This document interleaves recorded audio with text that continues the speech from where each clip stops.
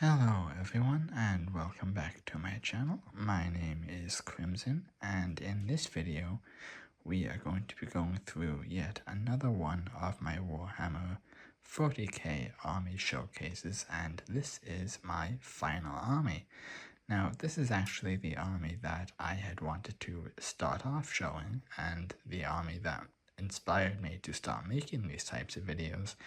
However, I have just only now finished collecting it, so I thought that now that it's finished, even though it's the last upload, that I might as well upload it.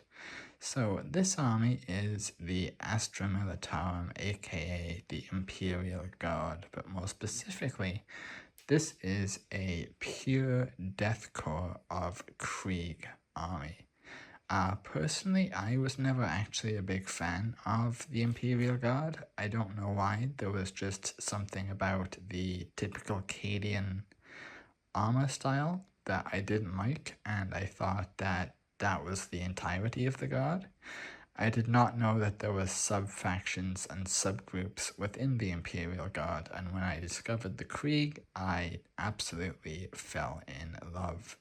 So I have been collecting this army for about 2 years now, and it is by far my favorite army to collect and the army that I play the most, and as you can see, it is by far my largest army. So just before we get into the actual army and a bit of information about the Krieg, the format of this video is going to be a little bit different than my previous videos. Usually I would have each type of unit grouped up with a leader in front of them, and I would explain who that leader is and what their abilities do.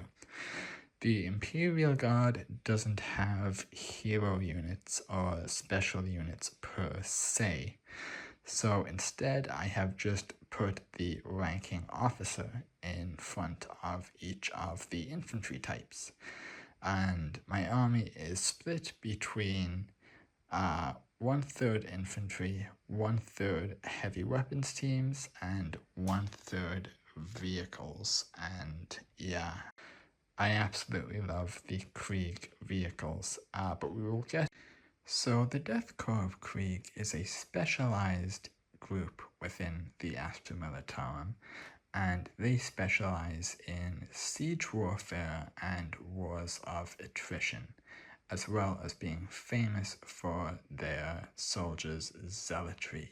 They are conditioned from birth to essentially be told that their entire life's purpose is to die for the Emperor, and they do so willingly to the point that all other Guard units that interact with them think that they are insane, and that's saying something since this is the Imperium of Man. Now, about the Krieg, they are based on the design of World War I German and French soldiers, which I really like because I'm really into history. And as such, they all wear gas masks and rebreathers. It initially did have a purpose, which I'll get into shortly, but it is now actually part of their uniform, so they never ever remove their masks. So the reason for their zealotry is, to put it simply, their homeworld of Krieg fell into a civil war in which the ruling faction rebelled against the Emperor, and a resistance was formed by a man named Colonel Jurten. Jurten eventually won the war by deploying nuclear weapons, which is forbidden, but in doing so, he rendered the planet a barren, toxic wasteland. So all of the survivors live in underground bunkers. So the gas mask was originally a necessity just for surviving on their planet, but it has now become part of their uniform. And one thing that I find really cool is that all of the Krieg revere Colonel Jurten even hundreds of years later as the greatest hero of their planet and one of the greatest heroes of the Imperium, to the point that no Krieg soldier will appoint himself higher than the rank of colonel, because Colonel Yurton, despite having every opportunity to, never took the role of general. Now, they do become generals when the Ministorum insists upon it for leadership during campaigns, but that is something they do grudgingly. They will never ever consider themselves a general, and they all seek to atone for the sins of their past against the emperor, whether or not that is real or just in their heads. And by atonement, I mean dying for the emperor. So that is the quick little rundown on the Krieg. If you would like to know more about the Krieg, and I would strongly recommend it since they are an intriguing faction if you were into Warhammer. Sorry, one last thing before we jump in. So, because I have been collecting this army for so long, there are a lot of units in my army that are now considered to be Legends units. Legends units are units that no longer are legal in 10th edition. However, most people in casual games still allow it, but for playing professional games or for playing at any Games Workshop store, you will not be allowed to use them, but I still love them. And I know that in 10th edition there is the rule that you are only allowed 3 of each unit type, whether that be 3 vehicles or 3 squads. However, I have a lot more of some units, mainly just because I am a collector of this army first, rather than building it to play. I still play this army the most, but I do so secondary to collecting. So let's get started. So first up we have the recently released Krieg Command Squad. So the Krieg Command Squad functions as essentially the commanding officers for this army. They are able to issue orders to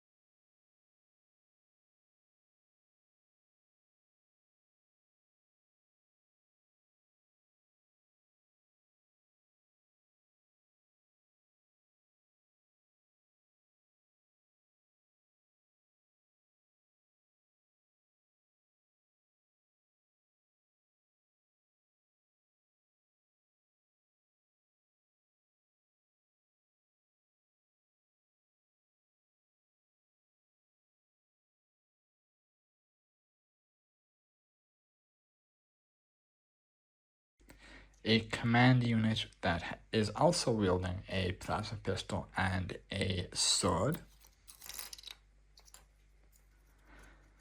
A unit with a plasma rifle, which is very valuable in this army, especially against taking out higher tier enemies. And my personal favorite unit out of this squad is the Krieg Medic. Now, there are Krieg units that are medics, however, this is the first official medical unit that GW has released. So you can see him here carrying a bundle of syringes with some more on his back, if it will focus. This guy is carrying I believe that is a bolt pistol, but I actually cannot see.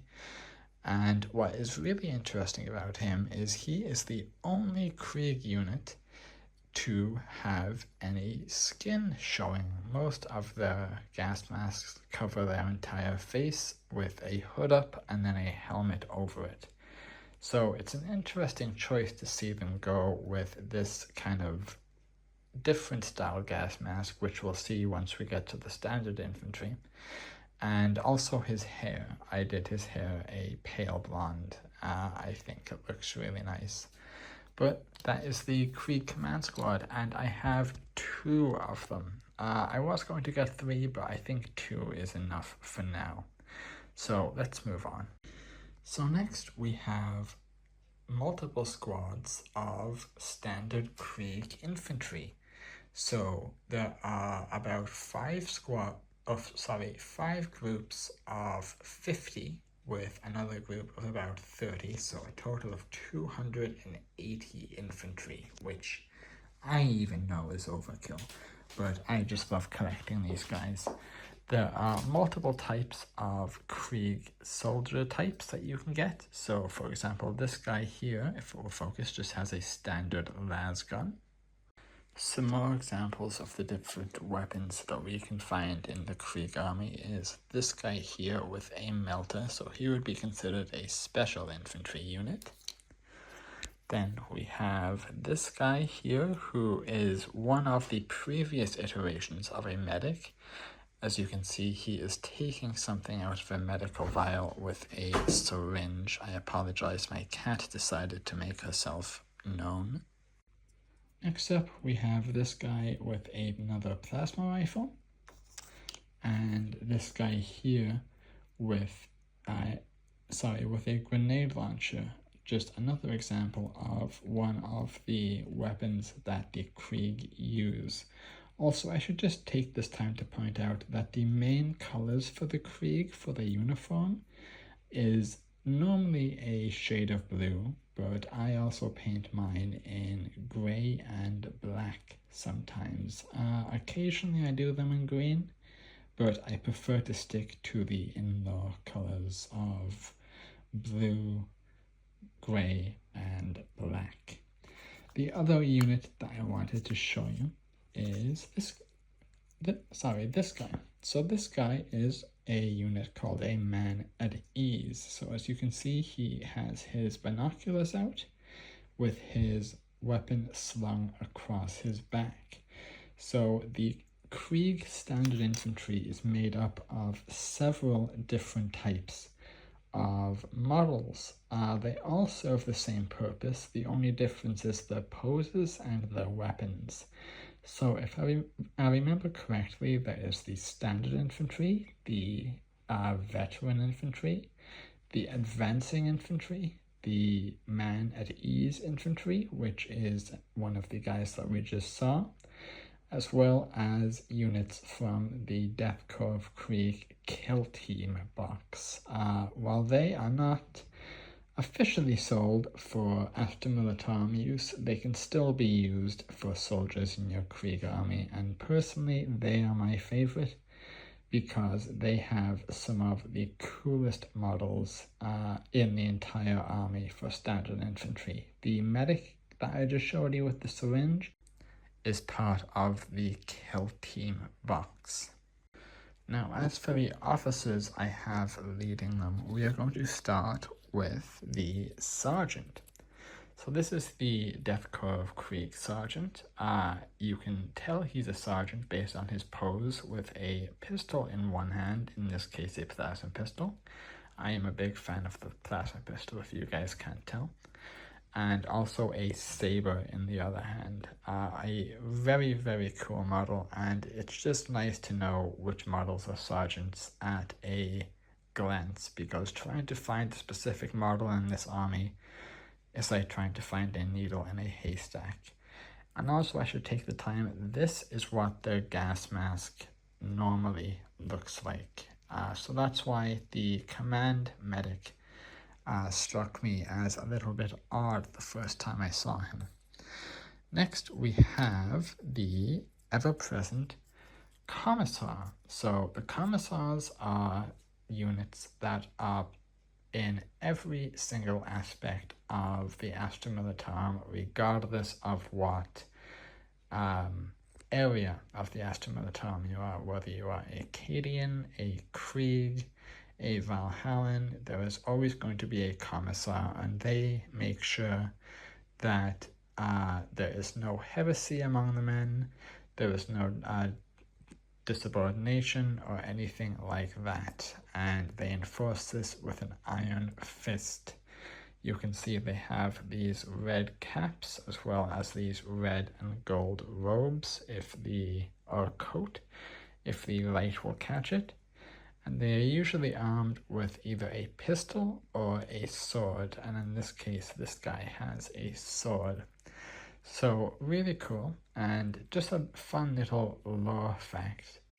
In basically every other type of Astra Militarum sub-faction, for want of a better term, the commissar's main job is to make sure that his soldiers do not fall back, do not give in to cowardness, and show no insubordination. And they usually do this with, like I said previously, an iron fist. At the slightest infraction, they will not hesitate to execute one of their own men.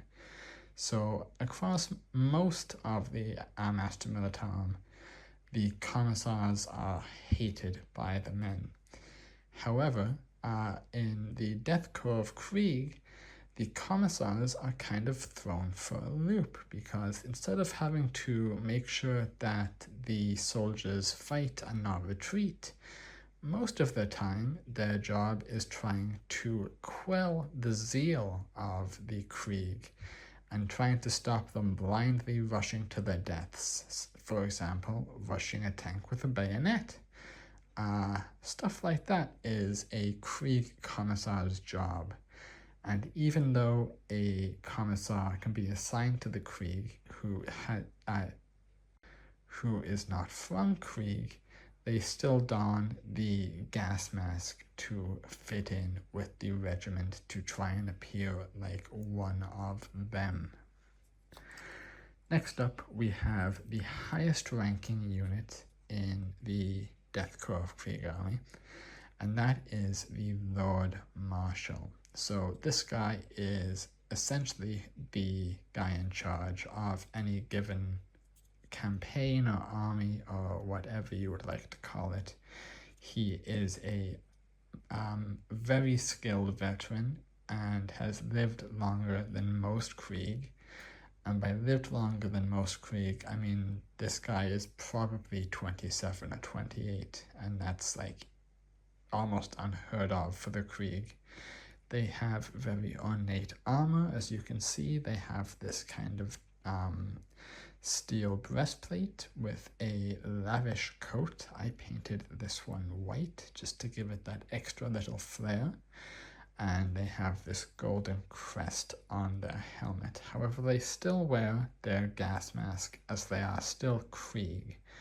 All of the Krieg marshals are risen from Krieg who have served previously, so they respect the traditions of their planet and of their corps. And the Marshal is my favorite unit in the entire army, just based on his design. And finally, we have the Standard Bearer.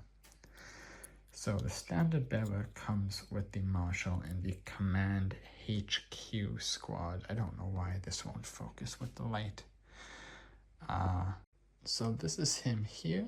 As you can see, he has a pistol in one hand and is carrying the Sacred Krieg banner with the Aquila on top.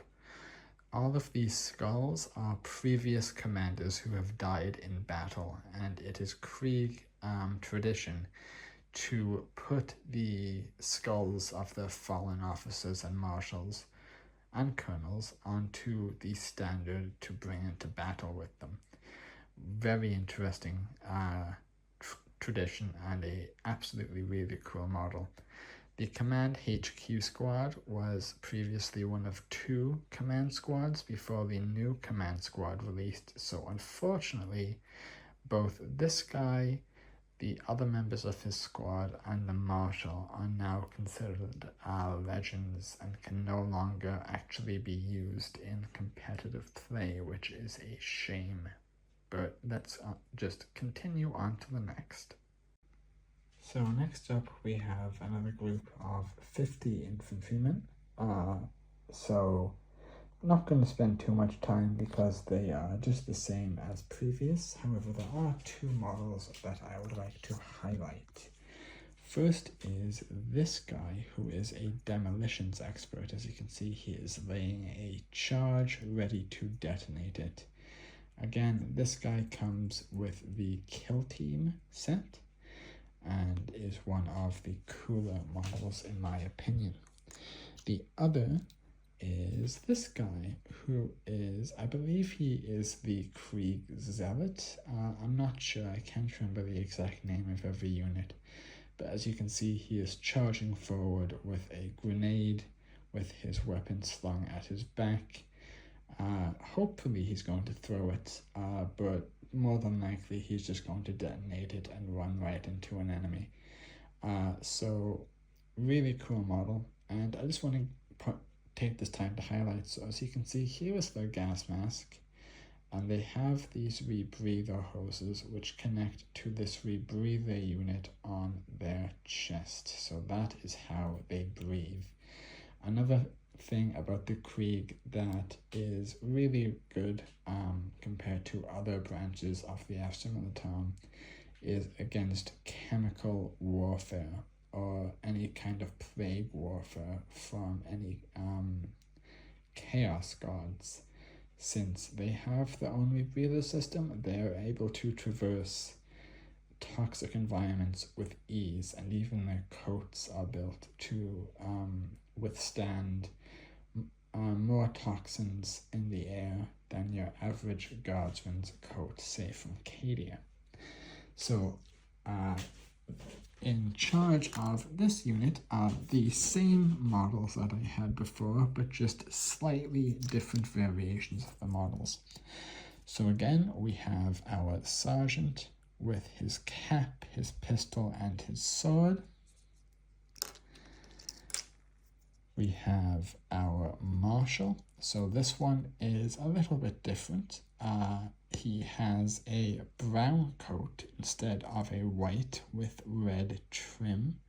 I was just thinking about, like a brown leather coat, and you can see the chainmail here. I did a better job at making it look a bit more rusted and a bit more well used than the previous one, as if he has been here a much longer time.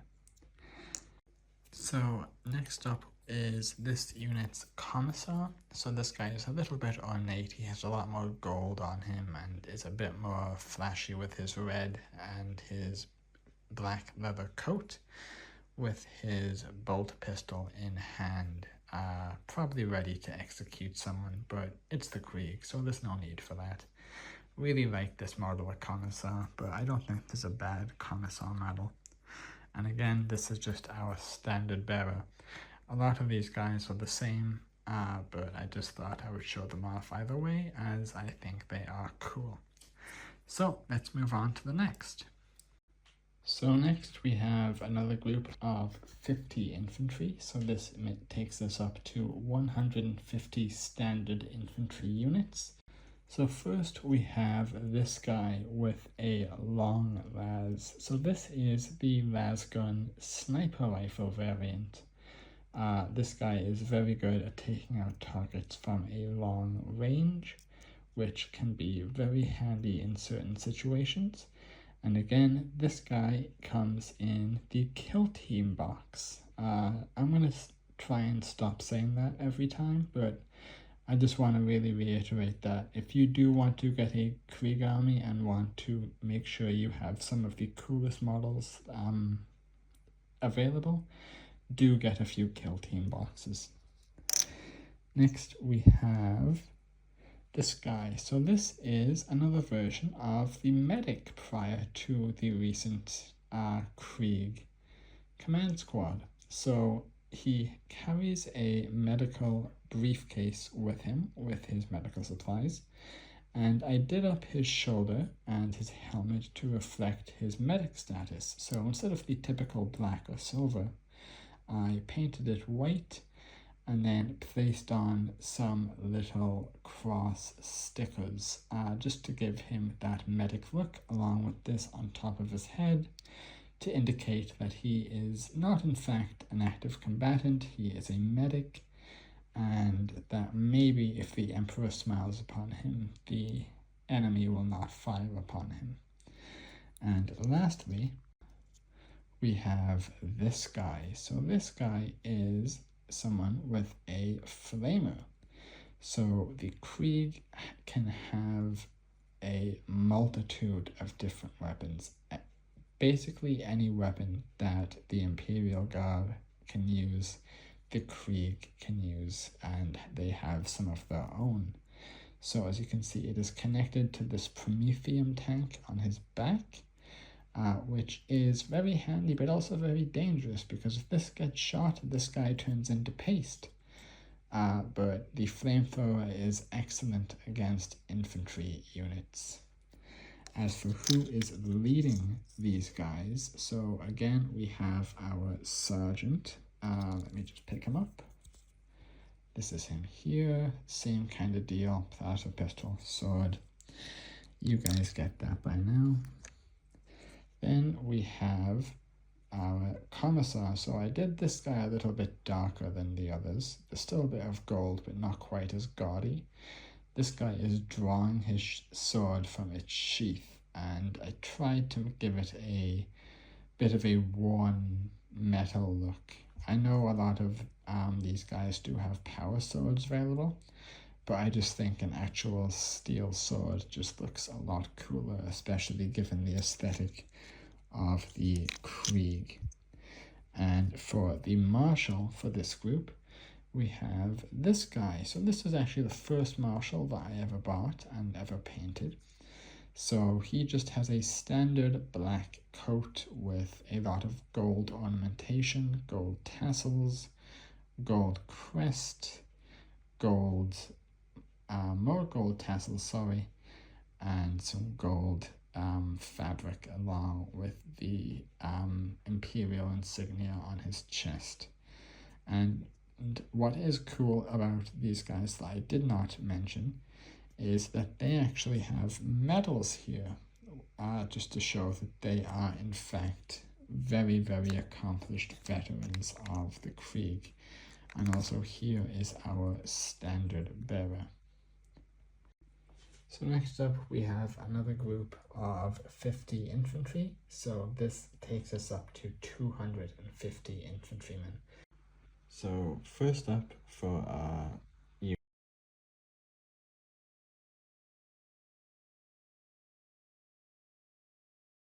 So he is much more of a reliable medic on the field. There are actually models that are just medic bags that you can bring with you, and they are used to heal your team, your squad, sorry, but this guy actually has one on his base. I'm not sure if this is actually allowed, but I did see a few other pictures online of this, that's why I did it. And I think it looks really, really cool, but that's just me. Anyway, for the leaders, so we have our sergeant. This guy is a little bit different, so he has a bolt pistol and a chainsword instead of your saber and plasma pistol. Then we have our Castellan. So this guy is actually not an official unit. This is a 3D printed model that I got a friend to 3D print for me. I have two of these guys with this model and one other in a different model. Now, he essentially serves the same role as a commissar, but just has a slightly different design, and I really like it. I really like the buttoned up look of him. He looks much more official and imperious in my opinion. So he has a pistol in one hand and a chainsword in the other. Very cool. I absolutely love these guys. And also these were the first 3D models that I have ever added to a Warhammer army. And I absolutely love them, even if they are just essentially reskins of ones I already have. So here is the actual Commissar. So we've seen this model before, the guy drawing his sword. Here you have some bushes around his feet. And the standard bearer. So this guy has a little bit of a different standard. He just has a standard flag. That is because this guy belongs to just a normal command squad, or sorry, the old command squad. Before there were the command squad and the command HQ squad. This guy belongs to just the standard command squad, thus they just have these normal looking flags. But really cool all the same. I think that both of the flag types are really, really interesting. So let's continue. Next is another group of infantrymen of 50. In the last part I said that we were up to 150, however I was wrong. We had covered 4 groups, so we had made it to 200 infantry, and this makes it 250. So a couple of models that I would like to show you, just because they stand out a little bit, is first this Corpsman. So I wanted to show you him because the Krieg do use bayonets very, very often. Not all of their guns have them. They are actually quite tricky to put on, but I really like how they look, and I think it's worth the effort given the whole World War I era aesthetic. I think a bayonet just really serves, and the Krieg are known for the essentially suicidal bayonet charges into the enemy. The other one is this fella. So he is interesting because he is standing right next to a massive missile. Let me see if I can get a shot of it. There we go. Or maybe it's a pylon, I'm not sure. I just think this is really, really cool. I did not buy this base. I got it on Etsy, and I just think it is super cool having the Corpsman next to something that maybe he's trying to defend or using as cover. And speaking of bases, in all of my previous videos I had said that I have painted all of the units myself, however I have not made the bases. But for the Krieg, I actually have made quite a few bases for them, in fact. So I'm quite proud of that, and I will point them out if one pops up. So as for the leadership of this group, we will start with the Marshal.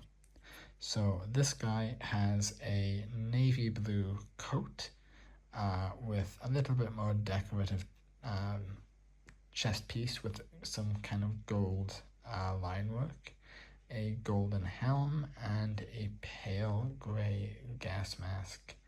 Really cool. It's also hard to see, but he does have a saber on his hip, so as do all of the marshals. Next up we have the Commissar. This guy I did very, very kind of grimdark look, all black with just a little bit of red, and a plain power sword. I apologize, I don't know why my voice is so raspy, but yeah, he's just pointing it up in the air. Really cool. I really like this model. And next we have our standard bearer. This one is a little bit different just because I painted the banner the same color as the Marshal's coat just to make it stand out. While the others are all red in the Krieg tradition, I decided to make this one a kind of dark gray, which I think looks really, really well, especially with the color scheme of this unit. But let us continue. So next we have our final group of standard infantry, but this time we only have 36, so that clocks us in at 286 standard infantry corpsmen, which is quite a lot, even for a guard army. But for a couple of models I would like to show you guys, first off is this fellow. So this is a custom job that I did myself with a little bit of kit bashing. I don't believe you can actually get this model officially, but this is him holding an anti-tank mine. Presumably either going to place it down or attach it directly to a tank. Either one is quite possible for the Krieg. I just absolutely love this model. I like the really unique models, especially in an army. They can be as monotonous as this. Next we have just another medic, but this one shows a little bit more detail of the syringe being filled with liquid, as well as the white medical display on his wrist. And also here is the medical bag that I had been talking about. So this is something that you can bring with you. If you don't actually have a medic, you can just bring this and it will act as a kind of temporary medical heal for a short period of time, but it is not unlimited. For leadership, however, we are now out of marshals. So leading this group is our next Castellan. So this is him here. As you can see, he has a power blade in one hand and a bolt pistol in the other. Basically the exact same mold as the other one. Straight black coat, high tight belt, Imperial insignia, and yeah, absolutely love this guy. So next up for our first new unit type is the Combat Engineers. So these guys have possibly the most dangerous job in the entire Death Corps of Krieg, and that's saying something. So they have a variety of tasks, but mainly they go ahead of the standard infantry before the standard infantry makes a rush on the enemy trench.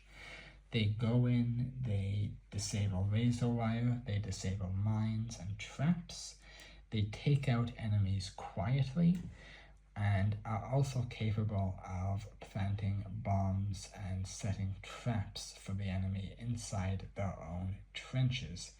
Now, because these guys operate exclusively, almost exclusively in trenches, they have a very unique weapon, which I will show you right now.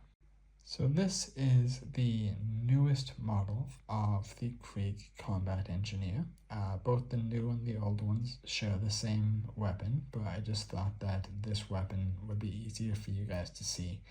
And it is a revolver shotgun, which you can imagine in the close confines of a trench would be devastating. And it has this massive sling with shells ready to go. I really like this in Warhammer. I know a lot of people don't, but I like how the shotgun is just a shotgun. 40,000 years in the future, it's nothing fancy, nothing science fiction. It's just a shotgun, but it's a revolver. But that's all it needs to be. These guys have a lot of stuff on their back as well, since they are all engineers and are useful for doing all kinds of work. But this is one of the newest models of the, a model of the newest release of the Combat Engineer. This is the old model of the Combat Engineer, so it is not a bad model by any stretch. Sorry, let me actually move so you guys can see him. I painted him very dark, grey and black, so he's kind of hard to see. Same weapon, but yeah, He's kind of half crouched looking over his shoulder, which I don't blame him for. But yeah, I much prefer the newer models. But they serve the same purpose in game stats wise. So whether you have the old models or the new models, you still get to utilize that awesome shotgun. I just wanted to showcase the other models in the new Krieg combat engineer kit, mainly what's on their back. So this guy has a bunch of spare slugs and what appears to be either charges or mortars to launch. This guy has again the same shotgun and has a bunch of rope and wires on his back, so presumably this is for some kind of demolition work, as well as a pick or maybe a hook or something to break razor wire.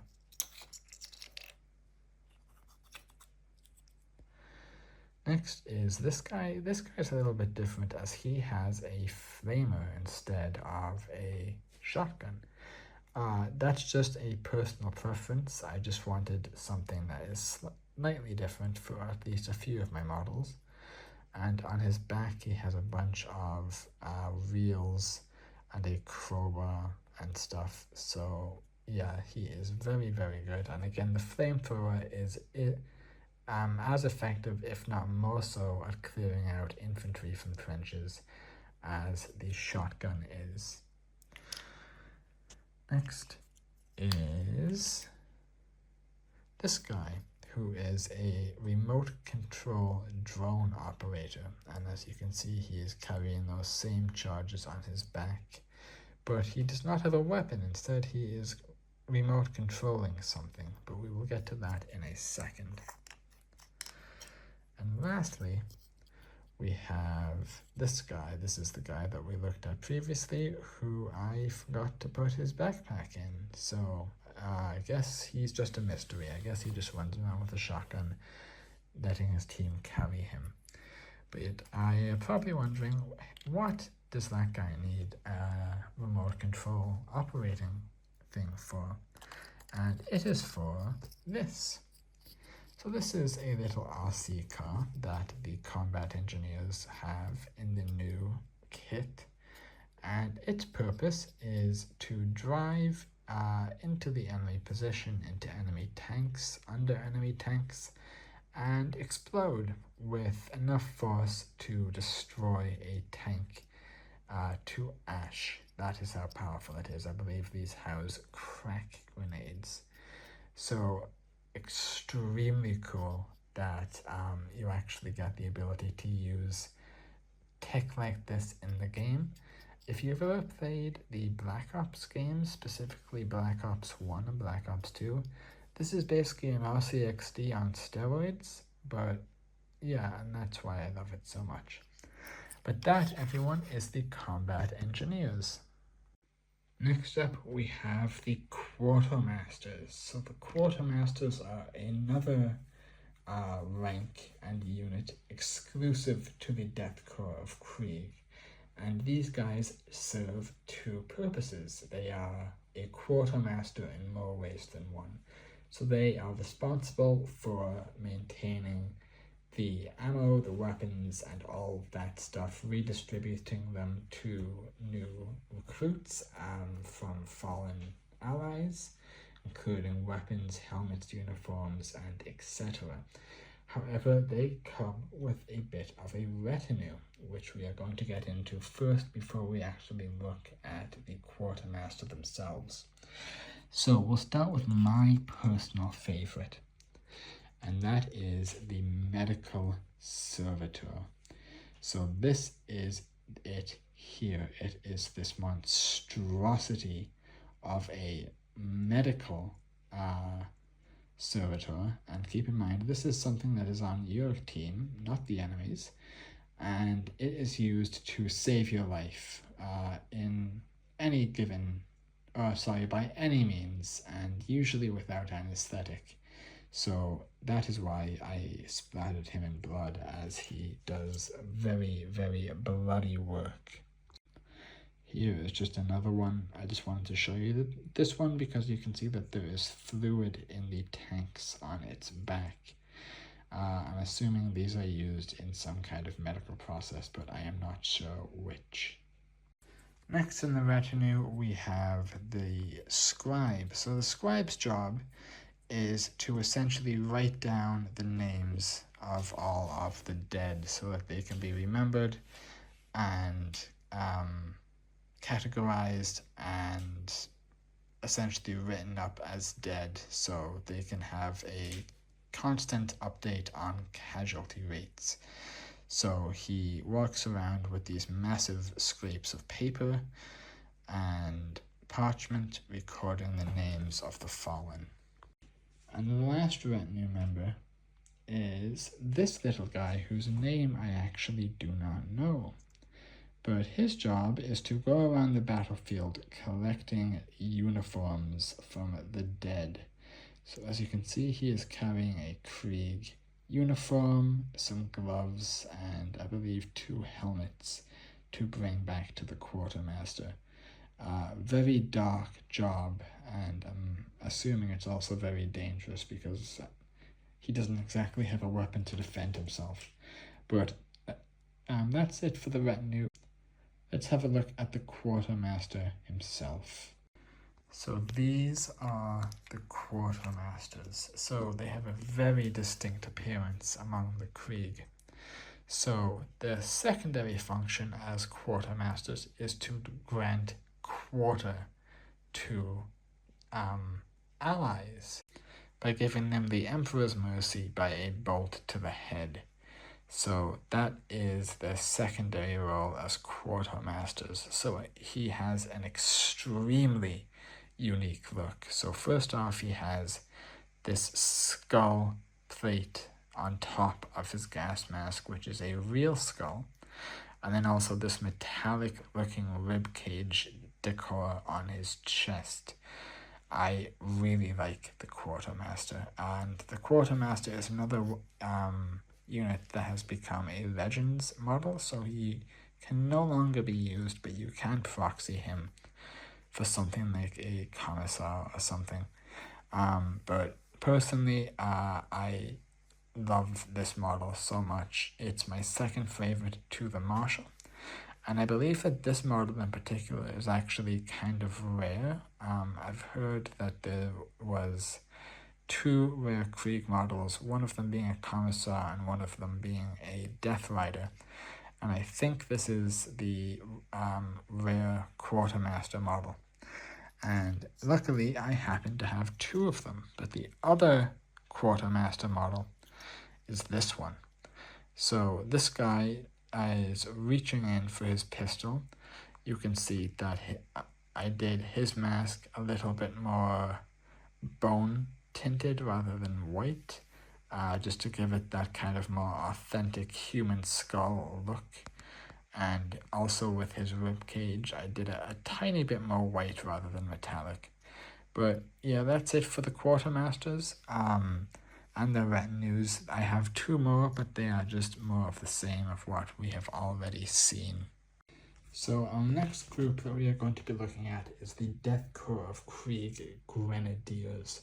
So the Grenadiers are the special forces of the Death Corps of Krieg. Every subunit of the Astra Militarum has its own special forces unit. Some of them are augmented, some of them are not. The Grenadiers are not augmented, but they are beyond lethal and have proven themselves time and time again in battle. So they are given the right to become Grenadiers, which is an extremely high honor. And it has one of, if not the smallest chances of survival in the entire army, but they do it gladly, and the armor is truly something to behold. So instead of your standard lasgun, the Krieg Grenadier sports a version of the lasgun called the Hellgun, which is a supercharged version of the lasgun. this makes the las gun look almost obsolete. It is so much more powerful. It is much more accurate, much more deadly, and yeah. So because of this, it has extreme power needs, so the gun actually has to be connected to a power pack on the Corpsman's back, and they also carry this little knife. So this is what your standard Grenadier is going to look like. Grenadiers also sport this skull mask on top of their helmets. Now, unlike the Quartermasters, this is not a real skull. This is simply a metal faceplate placed on, and it has double significance. So firstly, it symbolizes the fact that once they become Grenadiers, they are already consigned to the fact that they are dead. So they are going into battle knowing, I am dead, so I'm just going to wear a skull on my face. But also to strike fear into the heart of the enemy, to say, hey, death itself is coming for you, which is great. Now, personally, I do all of my Grenadiers in black, just because I think it fits them very well. A lot of the times I do them with either black or yellow eyes. And I also give them this red shoulder pad along with this red cufflink. One, just because I think it makes them look a little bit more dangerous, and two, it helps me find them when I'm trying to actually find a specific unit in my storage case. Anyone who has a Krieg army or a Guard army knows the struggle of trying to find a specific unit. But yeah, this was just my solution to it. The other variation of Grenadier looks like this. So instead of the Hell gun, this Grenadier sports a las pistol and a chainsword. So I did the chainsword in hazard stripes. I didn't do them all in hazard stripes.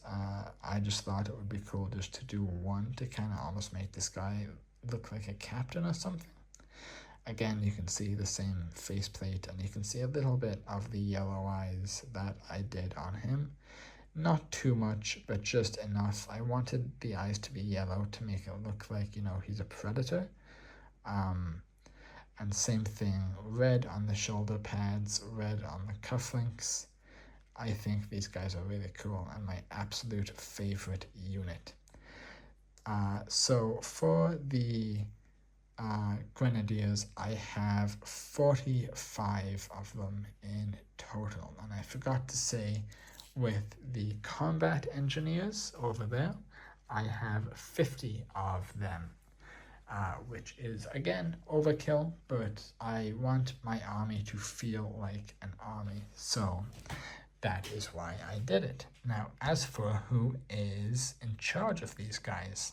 So first up, we have our standard bearer, if I don't manage to break him. Same guy as earlier, just with a slightly different flag. Slightly different color scheme. Instead of just pure red and white, this one is red, black, and white. Those are the official colors of the Krieg, and I think they look very, very good. Next, and most importantly, we have...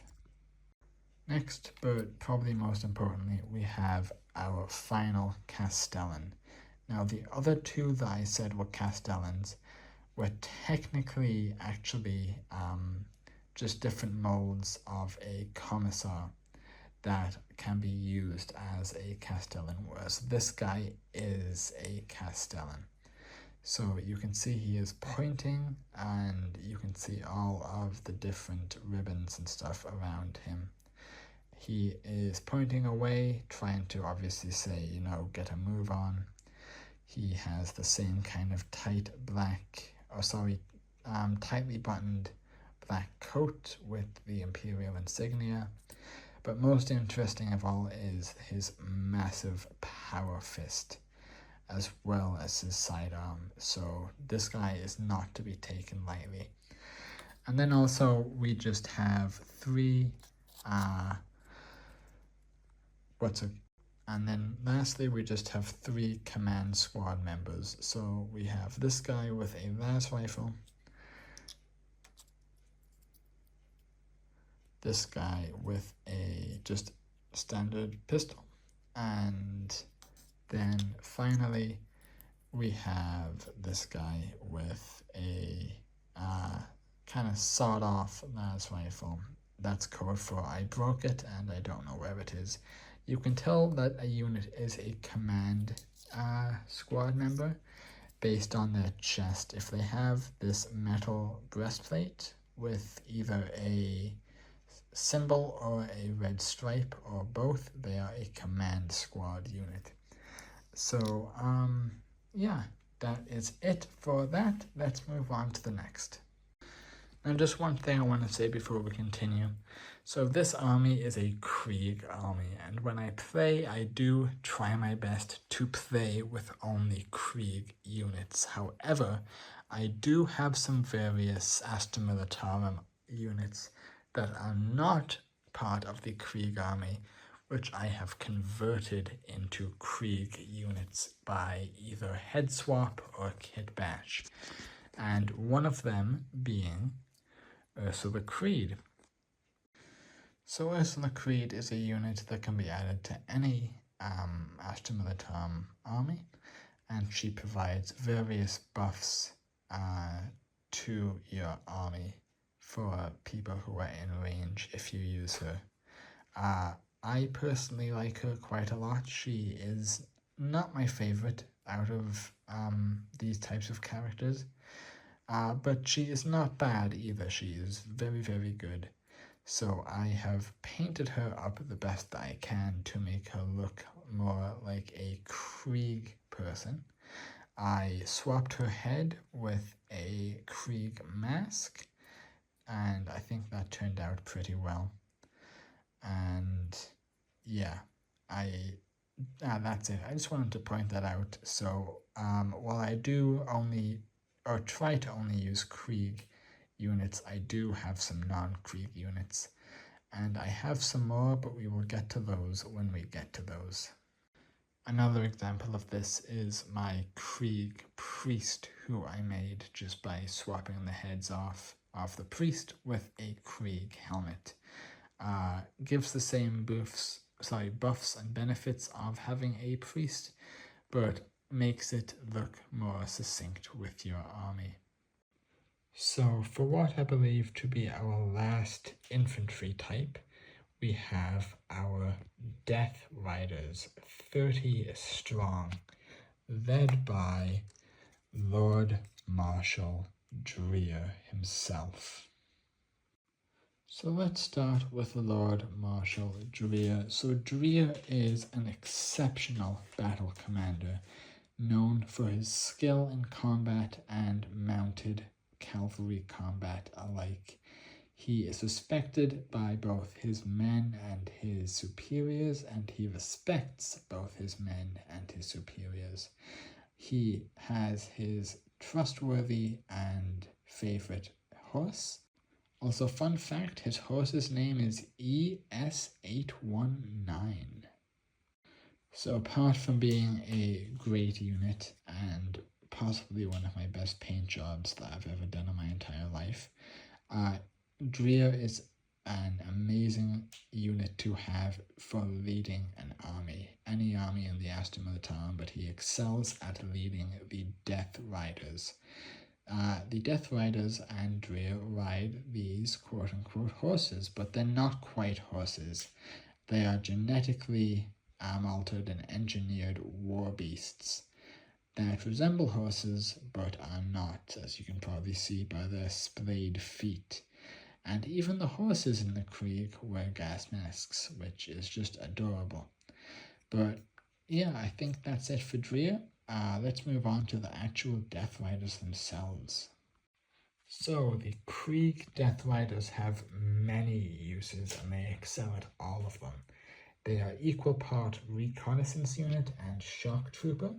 They are armed with both melter-tipped spears for charging and penetrating heavy armor such as tanks, as well as sabers for cutting down infantry. They are excellent shock troopers, like I already said. but they are also great at doing hit and run attacks and have extreme mobility, so they are able to move around the map and kind of block the enemy's progress whichever direction they go. They are an extremely good unit, and they are, I believe, one of, if not the highest rated casualty. I know I said that for the combat engineers, but I actually can't remember if it's the combat engineers or these guys. So I have two different types of models here. I have one squad of the new I have one squad of the new Death Riders, and the rest are the old Death Rider models. Both are very good in their own way, but let's have a look at them.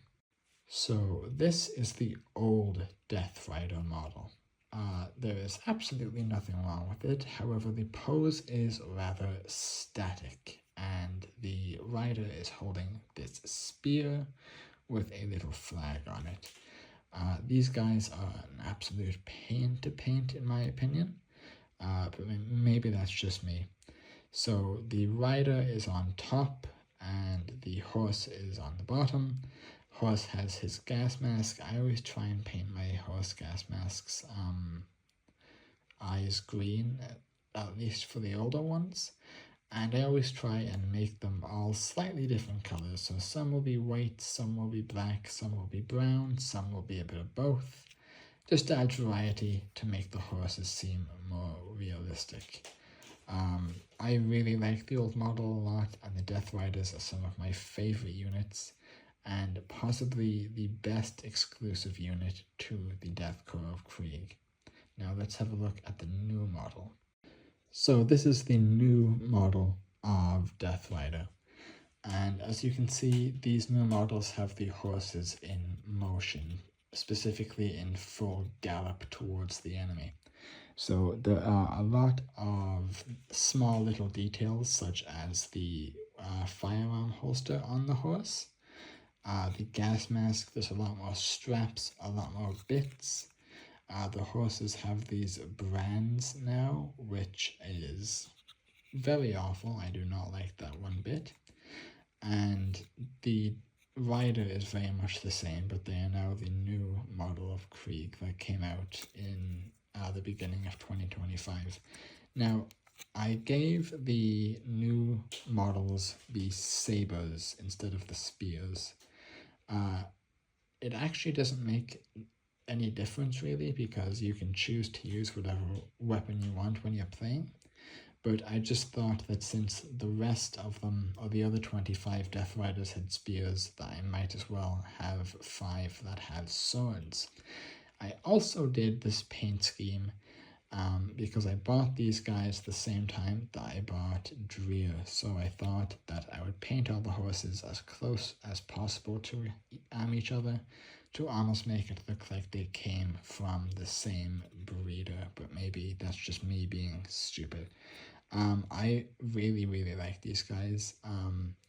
I think I actually do prefer this model over the old model. There's nothing wrong with it, and if you have the old model and you're thinking of upgrading, you absolutely do not, but if you do, I would say that you will not regret it one bit. I adore this, and I kept the same green eye lenses for the Death Riders. So we have just covered the Death Riders, and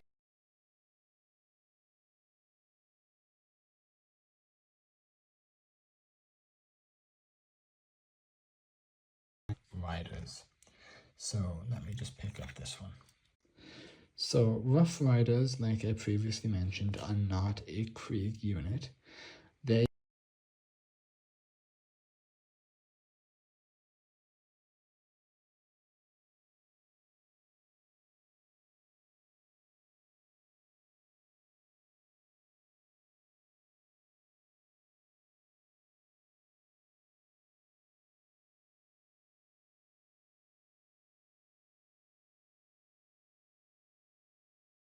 but I changed the rider to a corpsman, and he has the typical long melter spear which is absolutely huge. So this is designed to go through tanks, and it has a melter on the tip, so it's able to burn right through. So the main difference between a Death Rider and a Rough Rider is that while the Death Riders are no joke in combat, the Rough Riders are almost like missiles. You point them at a target, and the Rough Rider runs to it, and that target dies. However, the Rough Rider will usually die very shortly after, if not in the explosion itself. I gave the horse these kind of blue cloth trappings. I thought that would just be fitting since he doesn't have a gas mask, and it might help just prevent some of the radiation from getting to him. But yeah, these are the non-Krieg units that I use the absolute most. But that's it for these guys. I hope you guys think these guys are as cool as I think they're cool. Now, this is the final infantry, and we're just going to go through this quick since these are more non-Krieg units that I have converted. So I'm just going to show you one of each.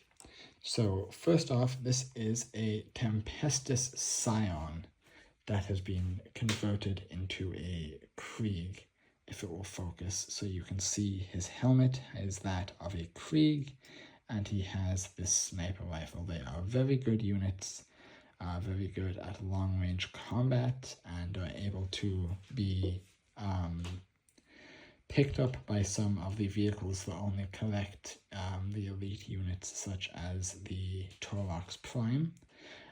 They are slightly genetically augmented, but that's it. I do use these guys occasionally in casual games, but not that much, just because, like I said, they're not Krieg. So I have a squad of 10 of these guys. So that's it for this guy. Next, we have Gaunt's Ghosts. So these guys are an extremely elite squad of units, super powerful through the power of plot armor, despite them being dead.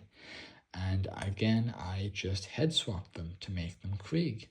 So they are extremely fun to use. They absolutely decimate everything. And they are led by their Commissar Gaunt. So I'll show him in a second, but this is just one of their units with a heavy weapon and the Krieg mask. So this is Gaunt himself. Again, I got a Krieg Commissar helmet or head from a website called Tiny Legends, and this is just what I use him as. So again, they are fun to use, but I don't use them that much.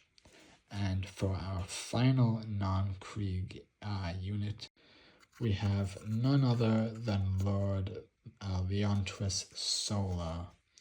So I absolutely love this model. I love the buffs that it gives to an army, especially vehicles such as super heavies, but I did decide to head swap him to give him the Krieg look. So he now has the helmet of a Krieg Marshal, the red eyes and white faceplate of a Krieg officer's gas mask with the tube running down behind his cloak, and a servo skull next to him. I was going to try and give the horse a gas mask, but it just wouldn't work out. But other than that, this genuinely is an absolutely stunning model. I think I did a really good job painting it. And for that reason alone, I do try and use Solar in quite a few games, just because I love the model, and I think it would be a shame to waste such a powerful and well-painted model just based on trying to stick to a self-imposed rule.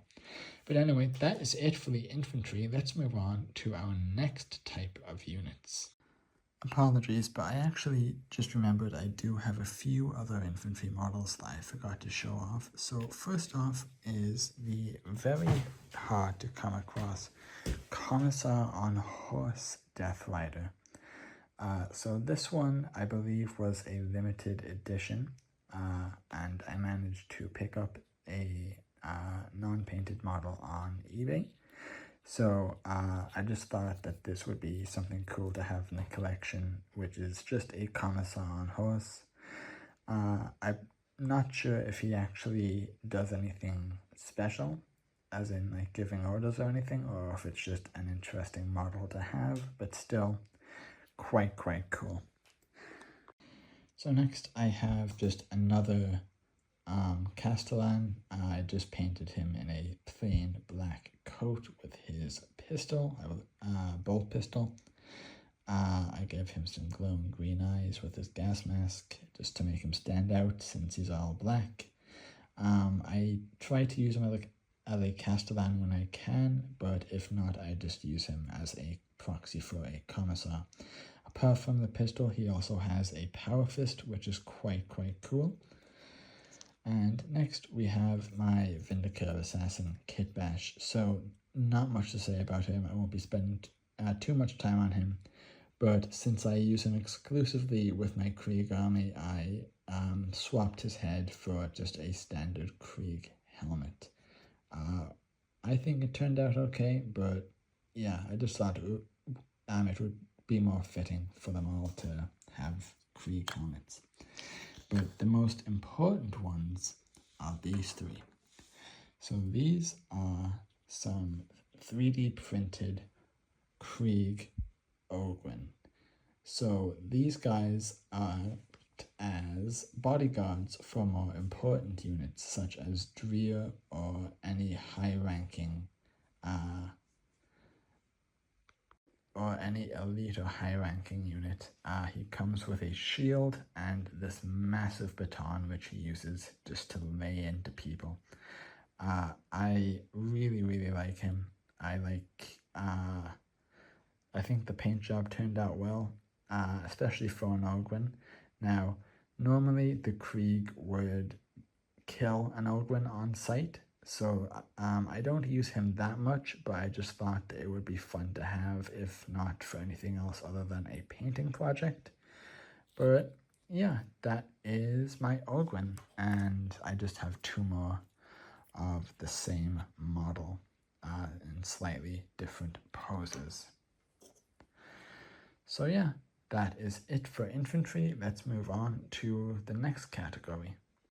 So next up we have the new Krieg Heavy Weapons Squad. So this is a pack of 3 heavy weapons turrets with individually replaceable weapons that you can swap in and out of. I believe you can have the heavy flamethrower, the heavy bolter, the heavy las cannon, and I can't remember the other one.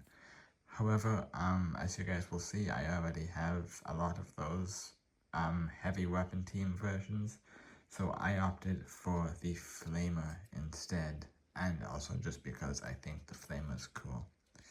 So this is the paint job that I did. I tried to make it look a little bit more rustic compared to the others. As you can see, there's a lot of grime and dirt on it, which makes sense with the flames coming out, you know, it would look scorched. And then here are the other 2. They are the exact same. And this is the fire coordinator. So this is the unit that is in charge of essentially correcting the fire and making sure that the turrets aim on target.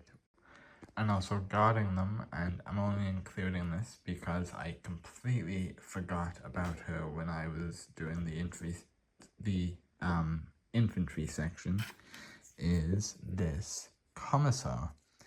Now this commissar might look a little bit different, and that is because this is yet another 3D printed model. So this is a female commissar. I thought it would be cool to have some women in my army, just to kind of give a little bit of diversity and make it look like that this is, you know, a full-on army, not just a bunch of like all men, rah, rah, rah, that, since there's women serving in the Krieg, it makes perfectly sense that there would be a woman serving as the Krieg's commissar. But this is her here. I bought her mold unpainted off of Etsy, and she is absolutely stunning to look at. She is one of my all-time favorite models, and I just like the way she carries her gun on her back. But let us continue. So next we have the mole launcher squads. So the mole launcher squads are pairs of 2, and each of them have one guy with a mole launcher and the other guy operating some kind of computer on his back, probably a targeting reticule. What is dangerous about the mole launchers is they are able to burrow into things. So they are easily able to burrow through bunkers and cover and stuff to emerge on the other side and instantly explode. So this is just one of the examples here. So you can see that this is the guy with the mole launcher. Looks very similar to a modern day grenade launcher. And then here's the second guy on his back, looking at these screens, trying to figure out where to fire next. There are 2 more of them here, slightly different colorations. That first one was my first attempt at doing a mole launcher. This was my second. So you can see this one is a lot more detailed and a lot more colorful and vibrant. And same with this one. I really like it. And I forgot to mention that the guy at the back carries spare rockets for the mole launcher guy to fire. Now, I just want to show you guys this because it is funny. I had a mole launcher that I had broke, and I could not find replacement anywhere. So I managed to find a modern day revolving grenade launcher miniature, and it actually fit perfectly. So this is now what I use as one of my mole launchers if it comes down to it. But I just think that's funny that, using a modern day weapon in 40k is hilarious. But let's move on. So these are the heavy flamer squads. So these comprise of 2 units, 1 gunner, and 1 guy holding the pipe connected to the Prometheum tanks on his back. So this is not your normal flamer that we saw earlier or in any of the other videos. This is the heavy flamer. This thing absolutely destroys anything that is considered infantry. So I have 3 of these. The first 2 came with the standard base size, but the third, because I bought on a third-party website, came with a round base, and now I'm not sure which is actually the correct one. Now, I added some fire effects for it coming out, and the way, actually that's a bad example of one, where's a better one? Here. The way I did this was I just got a bunch of, I got 1 Kleenex or tissue. I tore a little bit off, rolled it up really tight, and then I painted it red and orange with a little bit of yellow thrown in. But I just think it makes this look so much cooler to actually see the flames coming out of it. And the way I have it so that it's so rigid despite being Kleenex is because I just used a bunch of super glue to essentially fossilize it, which is really good, and I've gotten many compliments on this. It's one thing about the hobby is just because you have an idea doesn't mean you have to spend a small fortune on it. You just have to come up with something smart. So I believe that is it for this section, so let us move on to the next. So next up we have Sentinels. So Sentinels are bipedal mechs piloted by the Imperial Guard, and they are extremely fast and extremely hard hitting. Both in melee and in range. So a lot of sentinels do hit and run attacks. I personally was never that big a fan of the sentinels, or at least the scout sentinel anyway. But then I was looking into some units and I discovered that, hey, I actually do really like them. So as you can see here is the base here. There is a dying corpsman underneath his foot. You can see there are some stickers from the transfer sheet on the Sentinel. There are the coils at the back, and this model happens to have a flamethrower and a chain sword.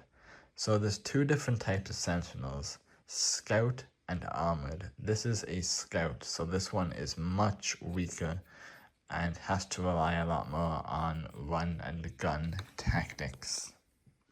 So for the second scout sentinel, we have this guy. So the first thing you'll probably notice is that the build is exactly the same. It's the exact same model, just in a slightly different pose. One of his legs is a little bit wonky because I ended up dropping it at some point. But he does not have a chainsword on him, so that means he has no melee capability, this one, which is normal. Some models, you can choose not to have a melee weapon. You can choose not to have a melee weapon equipped, which is fine, and that's what I did in this case, but the paint job is basically identical. You have some of the wires leading down to the servos and the legs. You have some of the transfer markings, like the number 9 there. But for the weapon, we have the autocannon, which is insane. So this thing is my little tank hunter. Despite it being quite weak compared to tanks and compared to its armored cousins, it being as fast as a scout sentinel with an autocannon means that this thing can move at extreme speeds and essentially destroy any tank that gets within range with its autocannon. I absolutely love this guy. He has the same kind of generators on his back, and I actually have this on a magnet. Next, we have our armored sentinels. So these guys are the real deal. These are heavily armored units specialized for things like anti-tank, anti-vehicle, anti-elite infantry missions. So as you can see, the hull is a lot thicker, there are fewer gaps and stuff like that. This particular model is equipped with a las gun as well as a little grenade launcher. So pretty sure he is going to be safe. The next sentinel is this guy. So same thing, exact same model. As you can see, there are some decal stickers on it from the transfer sheet. This one, however, has a heavy plasma cannon and a grenade launcher. So it's just nice to have different options for your sentinels so that they don't all come out having the exact same weapon. Next, we have our third and final sentinel, another armored sentinel. So you can see there are transfer stickers everywhere, and there is a las cannon and a chainsword. So that is really good. The chainsword is very underrated, especially in people usually think that the sentinels are a ranged unit, and for the most part they are. However, if you get in range of that sword, you are essentially on your way to meet God, or the God Emperor in this case.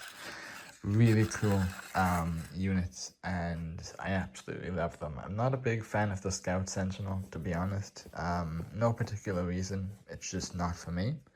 But both the Scout and the Armored Sentinel offer bonuses and buffs to your army, so that's why I did buy 2 Scouts, despite not actually liking them. So next are my 4 field ordnance batteries. I have different weapons on them, so 2 of them have one weapon, the other 2 have the other. So the field ordnance battery is quite an interesting piece, and unfortunately it is now Legends. So it used to be that it was capable of both firing artillery and basically in an arc over to the enemy's position, as well as being able to fire straight in front of it, which is amazing. So this is one of them here. As you can see, it comes with its own crew that man the turret, or the battery. So this model is sporting the Bombast cannon. And the Bombast cannon is extremely powerful. It is capable of shredding any light vehicles that get in its path and putting a sizable hole, or at least a big dent, in any heavy armor. And as far as infantry is concerned, if an infantryman gets hit by this, there is no longer an infantryman.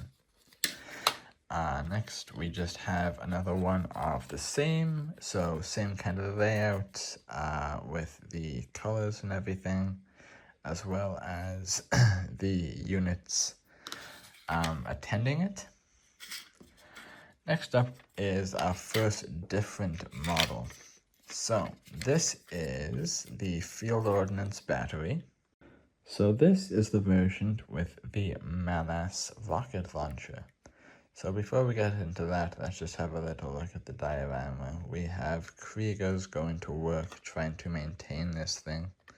So the Malice rocket launcher is a multi-rocket launcher and is capable of firing dozens of missiles at once.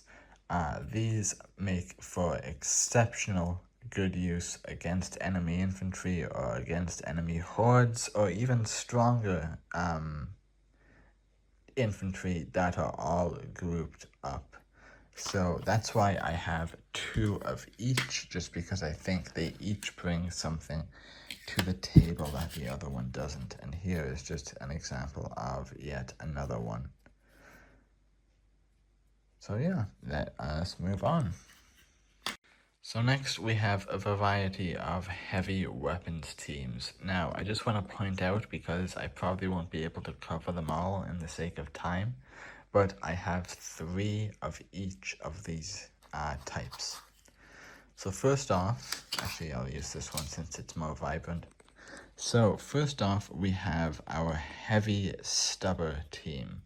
So the heavy stubber is a kinetic weapon, meaning it fires bullets, and the bullet size that it fires is basically that of a 50 cal bullet today, so it is devastating.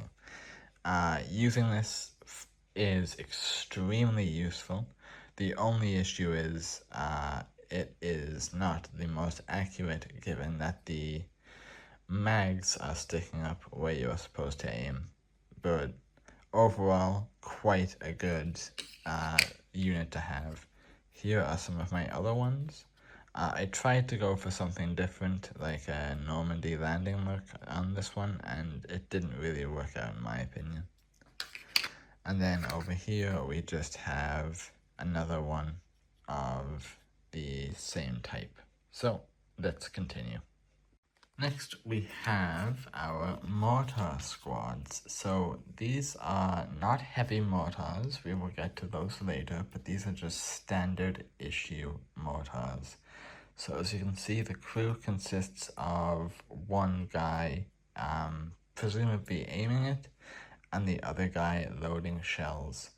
I absolutely love artillery. I know it's quite meta at the time of recording, but personally I just think it's cool. I would still use it either way if it was the worst thing in the game.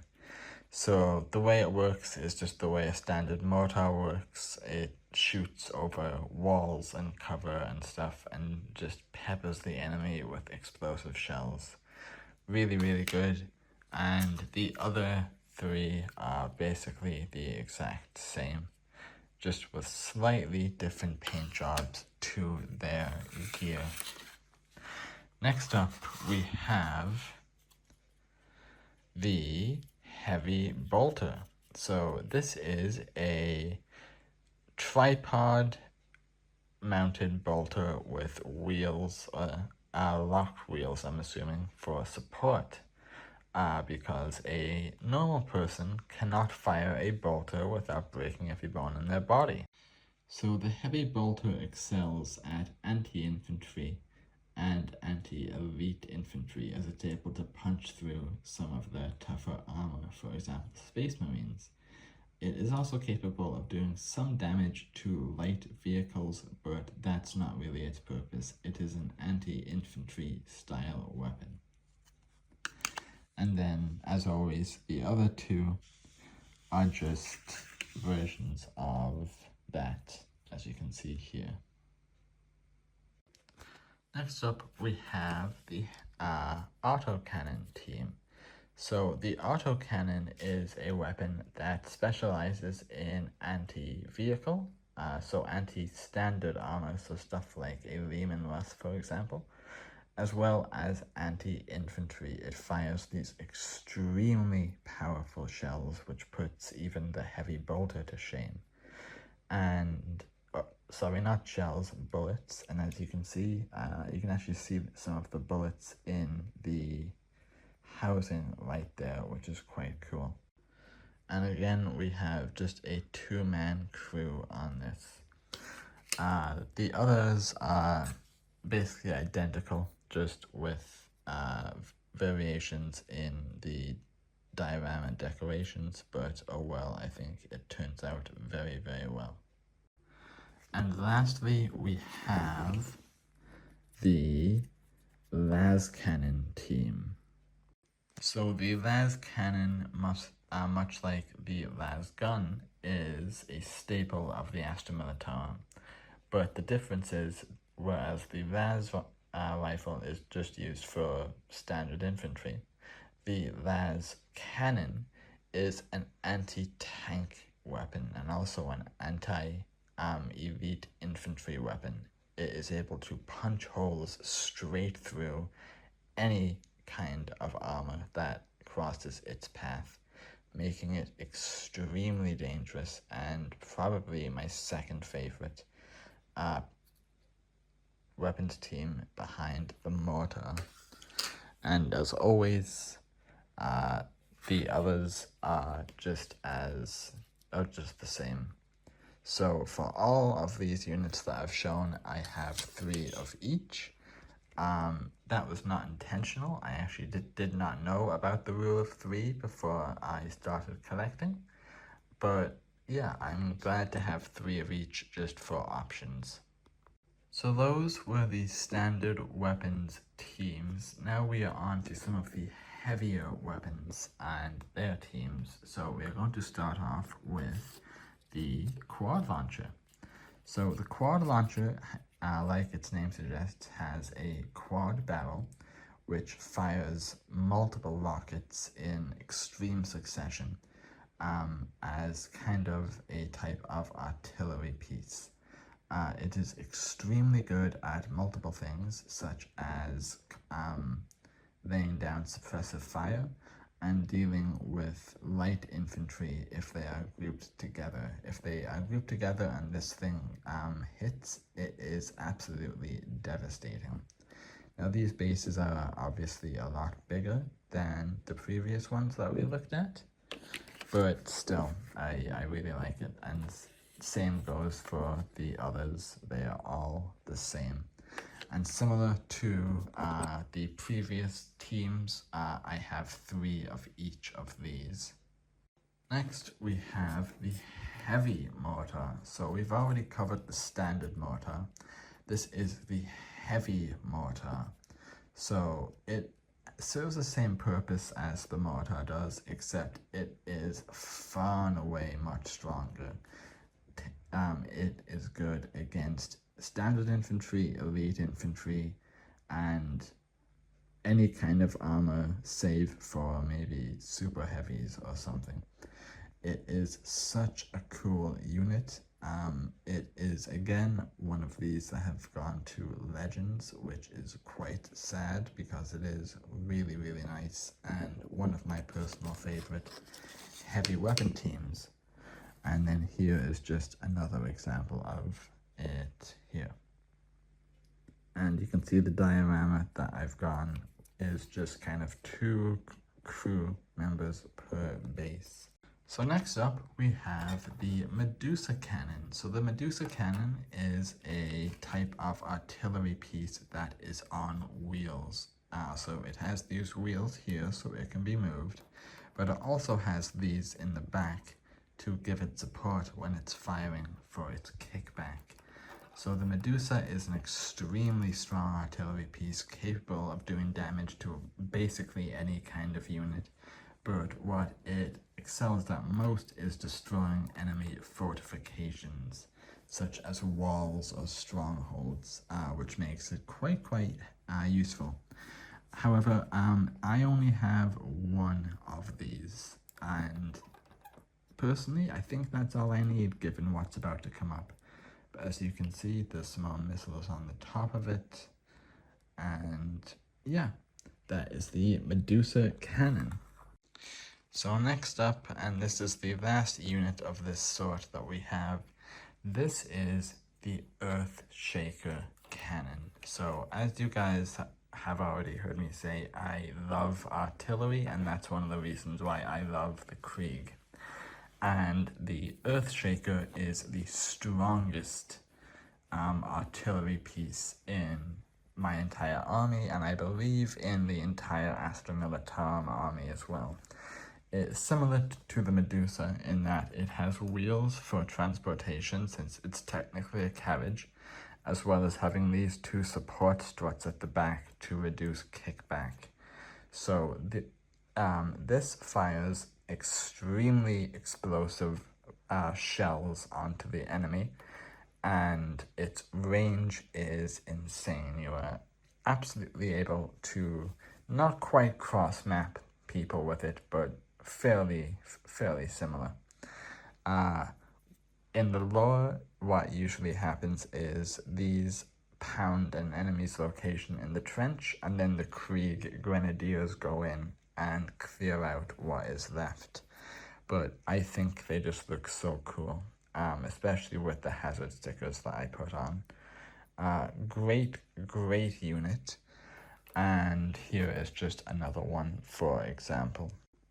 As you can see, I just most of the unit is this type of Krieg blue, but I did do the barrel. It kind of fade into metallic silver and then into bronze for the end. Unfortunately, again, and this is going to become a bit of a habit, is that the Earthshaker is no longer considered a legal weapon, meaning that it is also in the Legends. However, there is something that you can proxy it for, but we will get to that when we get to that.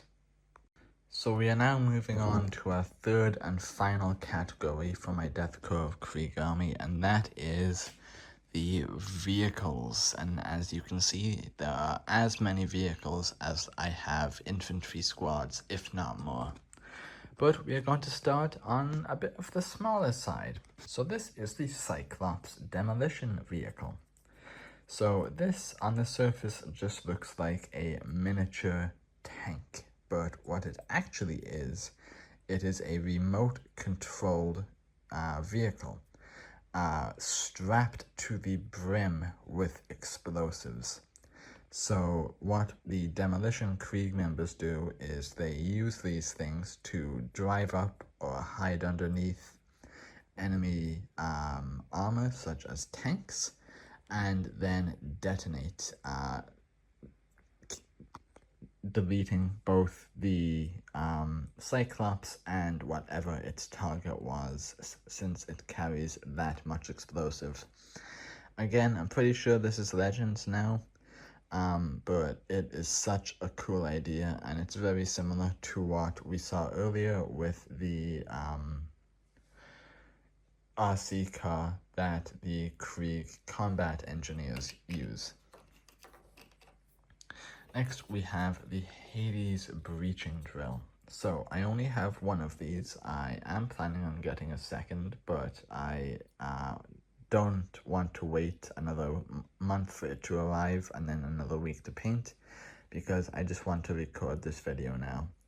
So the Hades breaching drill is, like the name suggests, a drill that actually uses melters to help its way chew and burn through a rock to enter inside enemy territory and cause havoc from within. So you can see these massive rotating teeth at the front, which just chew up the earth combined with the melter. I believe that this can hold 12 units. It might be 12 or 10, I can't remember. But it is extremely good for sneaking into a location without being seen, and then loading it up with something like grenadiers, just to cause the most amount of chaos possible. Usually when you send this in, it dies and the people you sent in die, but the goal is to take out as much of the enemy as you can with the drill. Apologies, there actually is one more heavy weapon team that I forgot to mention, and that is the recently released Krieg artillery team, which is this here. So this is another one of the recently released units that were released at the beginning of 2025. And this is the final of the new units that I will be showing you, as I have bought them all and shown them all to you already. So this serves as a bit of an in-between between the Earthshaker artillery and the field ordnance battery. And this is actually a very modular piece. You are able to swap out different guns or barrels as needed, depending on what you need for the given situation. So the options that you have are the heavy mortar, which I don't use because I already have heavy mortars, a heavy quad launcher, which I don't use because I already have heavy quad launchers, a multi-rocket launcher, which I occasionally use. I personally don't find it that good. It's good for, say, destroying groups of light infantry, or maybe one light vehicle. But my personal favorite, and the one that I run all three of them with, is the siege cannon. So this is fully an artillery piece now. It comes with all of these different parts on the front, as well as a lot of stuff on the inside. It came with 3 different crew members. I believe that this guy it looks like he's fallen a little bit, but I also have the other guy on kind of Overwatch, because what is really interesting about this piece is that this guy can actually fire his weapon. if an enemy enters his line of sight, which is really good for defending these units. It is probably my favorite of the new unit types, just because I love all things artillery, and I tried to make a decent diorama out of all of them. So, with that out of the way, actually let me just quickly show you the other one. So this one is a lot more hectic, with plants and ammo crates and everything just chucked everywhere, and the crew kind of just mulling about. But yeah, I love this unit to bits. So now on to our first real vehicle, and that is the Bombard. So the Bombard is a vehicle that is now in Legends. However, its purpose was that of a small little artillery vehicle. So it has quite a short barrel, so it's very, very short range, but it is incredible for destroying enemy fortifications, which is why I really hope they bring this back one day, as I just think that the idea for this was such a good one. So next we have a Centaur. So the Centaur is a troop transport for the Krieg. I believe it can carry 6 different units, excluding the driver and the gunner. So you can see that the gunner is there looking over the top with his machine gun. The driver is in the driver's seat. And then I also added this guy just because I had spare parts to kind of turn it into a vehicle that has a little bit more defensive capability. I do have a second one over here. This one was 3D printed off of Etsy, so it is not exactly the same, but it serves the same function. Really good. They are not the best transports or the best vehicles, since they can only hold 6 units each, but they are still better than nothing and are dirt cheap points-wise. So next up we have my Toroxes. Now the Torox is a heavily armored personnel carrier.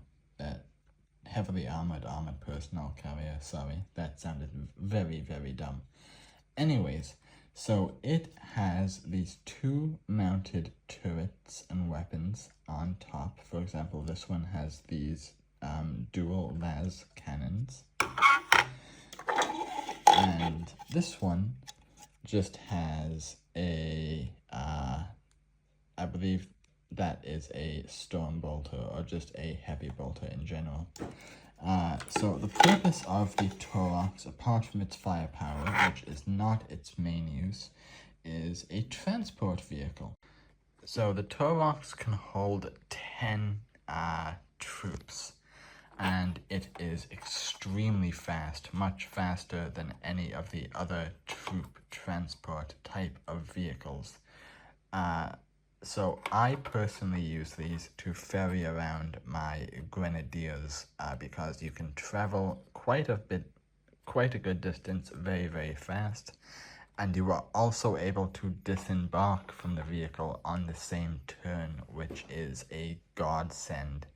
With a lot of troop transports, you have to drive to your destination, then on your next turn you disembark. But with the Torox, once you arrive where you want to go, you can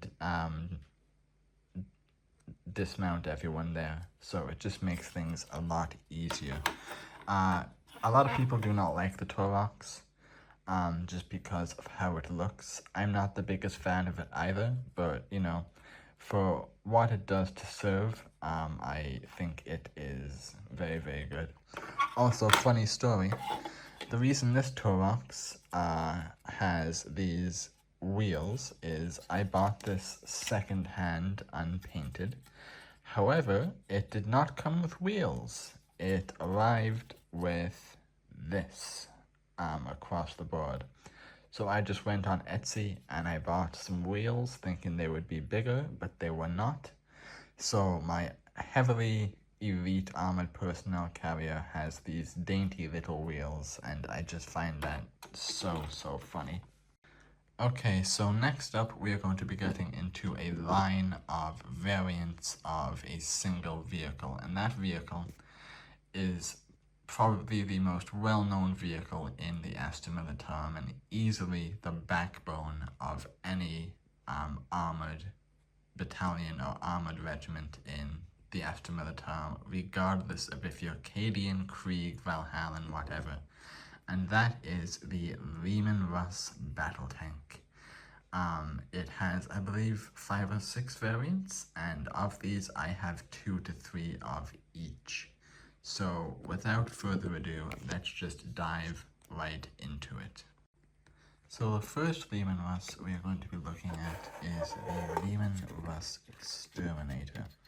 So as you can see, it has these twin barrel cannons, and this variant is used primarily against anti-elite infantry. That is what it specializes in.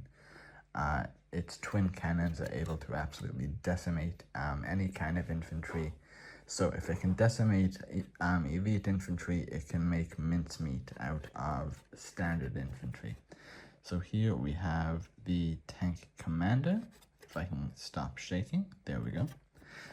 We have some weapons on the front. So we have a bolter, and then 2 more bolters on the side. That is one of the things that the Leman Russ has, is that it, apart from its main cannon, it has a front-mounted weapon on its hull, and then 1 weapon per each side of its chassis, which is really good for stopping enemies from running up to you if you were in the tank and potentially getting you with a grenade.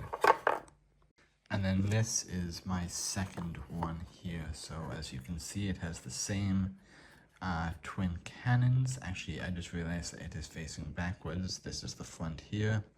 So we have the bolter coming out of the front, and the tank commander. In this case, it is a Krieg Commissar. If I can get it to focus, there we go. All of my tanks do have tank commanders on them, but some of them have just slidden down and it's difficult for me to get them back up. So if you see a tiny piece of a head poking out, that's why. Anyway, moving on to our next Leman Russ. My personal favorite of the entire bunch is the Leman Russ Demolisher.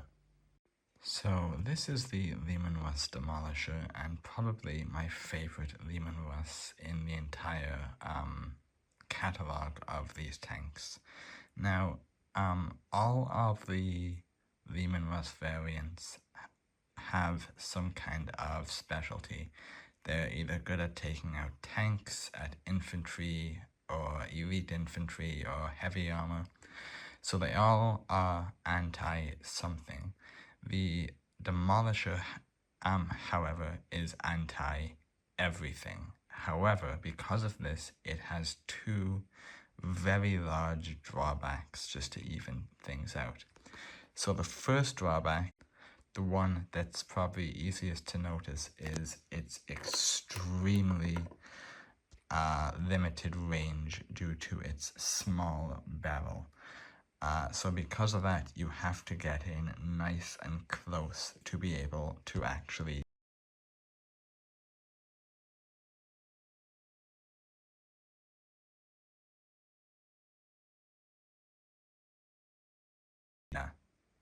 The second downside of the Demolisher is it is extremely expensive point-wise in a game. Given that your standard game is 2,000 points, this runs very high, so you are losing a lot of other units to be able to just even bring 1 of these into the lobby, let alone multiple. So let's just have a quick little look over. So first off, we have my Commissar Tank Commander. We have a forward-mounted bolter, and we have 2 plasma rifles, or plasma cannons, whichever you prefer, on either side. Again, these are to keep enemies away. Since I have to get close to use the Demolisher, I am in more danger of getting hit by something. And here's the next Demolisher. So same thing. It does not have the snow pattern that I did for that one. I just did this one standard with the Krieg colors and Krieg transfer sheet. So again, we have our tank commander up here. There is a turret of I believe that's a multi-bolter. And yeah, that's it. So there is no side-mounted weapons on this one. It does have a slot here for a front-mounted weapon, which I do actually have upstairs, but I don't feel like running up and getting it, but it's in the same vein as what you guys have been seeing. And then, oh, actually, here it is here. I apologize. So there we go. That is it. This is a Vaz weapon, so definitely interesting. Just a little bit of a break from your standard bolter that we've been seeing. And then our third and final Lehman Russ Demolisher is this guy. So at the front we have a bolter. On the sides we have bolters. We have the standard cannon. And while this one does not boast any turrets, what I did was I painted a Krieg guy and then just glued him sitting down to the top of the tank with a stubber. So, you know, it works. It looks silly, but it works, and I'm down for that. So let's continue. Also, just before we continue, I forgot to say, so all of those heavy weapons teams and weapons teams in general, those bases I made myself. It took a while. I was fairly new to base making when I did this, but I think they turned out fairly well. So I just wanted to clarify that, because I did say earlier in the video that I did make quite a few bases for this army. So those are those bases. So next we have our Lehman Russ Vanquisher. So the Vanquisher is the anti-tank tank. So this excels in taking out any kind of armor, be it light or heavy. That you can tell by its longer barrel and this kind of pattern on the muzzle brake. You have a weapon in the front. We have two plasma rifles on the side, and our tank commander up here who looks like he's having a little nap. So there's also a little bit of dirt up there just to kind of make it look like this tank has been through hell. Really, really like this. The Demolisher is definitely one of my favorites up there in the Death Corps, in my Lehman Russes. Here is our second one. So again, there's the tank commander hiding. We have exactly the same setup: Vaz, plasma,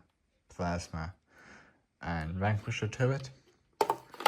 And then for our third Vanquisher, we have this one. So here's our tank commander there. There's nothing on either side, no weapons, no anything.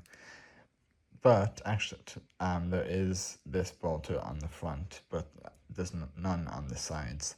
Now, the reason this one looks different than the other two is because this is the Vanquisher from the Horus Heresy game, not Warhammer 40k. I did not know that when I purchased this, when I first got into the Astra Militarum to start an army. But it serves the exact same purpose, it just looks a little bit different. And to be honest, I actually think this one looks cooler. Let me know what you guys think in the comments. And by the way, if you guys keep seeing this, the white, red, white on my vehicles, that's like the Krieg colors. So next we have our Lehman Russ Punisher. So this is it here. Tank Commander, Bolter, Plasma, and Bolter, I guess. So this is the Punisher, and the Punisher specializes in anti-infantry. Most of the time it is light infantry. It can do some damage against heavy infantry, but this is mainly for mowing down crowds of light infantry. As you can see, it has almost like a minigun style end to its cannon, and is definitely very fun to play with. It's not always the best, and it's very situational, but when it's time for it to pop off, it really does pop off. And then here is the other one with these very similar weapons. So we have a Las, we have a Plasma, and we have a Plasma. Our tank commander is asleep, and our tank still looks immaculate. Next up, we have another one of my favorites. This is the Executioner. So this is a plasma tank, as you can see here by this massive plasma coil barrel that it has. Probably the most futuristic weapon in the entire Astra Militarum arsenal. I didn't put anything on the sides on this one. I did just put a standard bolter there. But yeah, that's really it for this. Personally, I really love plasma in Warhammer. Any plasma weapon I always tend to gravitate towards. So this tank is super cool to me. And then we have our second one back here, which does have stuff on the sides. So we have plasma, we have a bolter, and our plasma turret yet again. So really good, and this thing is extremely powerful. Like I said, it is anti-elite infantry, but even still, this plasma will deal significant damage to essentially whatever it touches. So that was the Leman Russ Executioner, and that is the end of my Leman Russes in my army. So the next vehicle is tied with another vehicle for being my favorite vehicles in my Krieg army. We will get to the other one later on, but for now we are moving on to the Rogaldorn battle tank. So while I just said that the Rogaldorn is tied for my favorite vehicle in my Krieg army, it is far and away my favorite tank, not just in this army, but in Warhammer in general. And I will show you why when we look at it in detail. So first off, with the exception of maybe the Leman Russ Demolisher, the Rogaldorn is better than the Russ in every single way, and it even looks far cooler. So first off, this thing is able to take far more damage than the Leman Russ can. This is the side of the tank.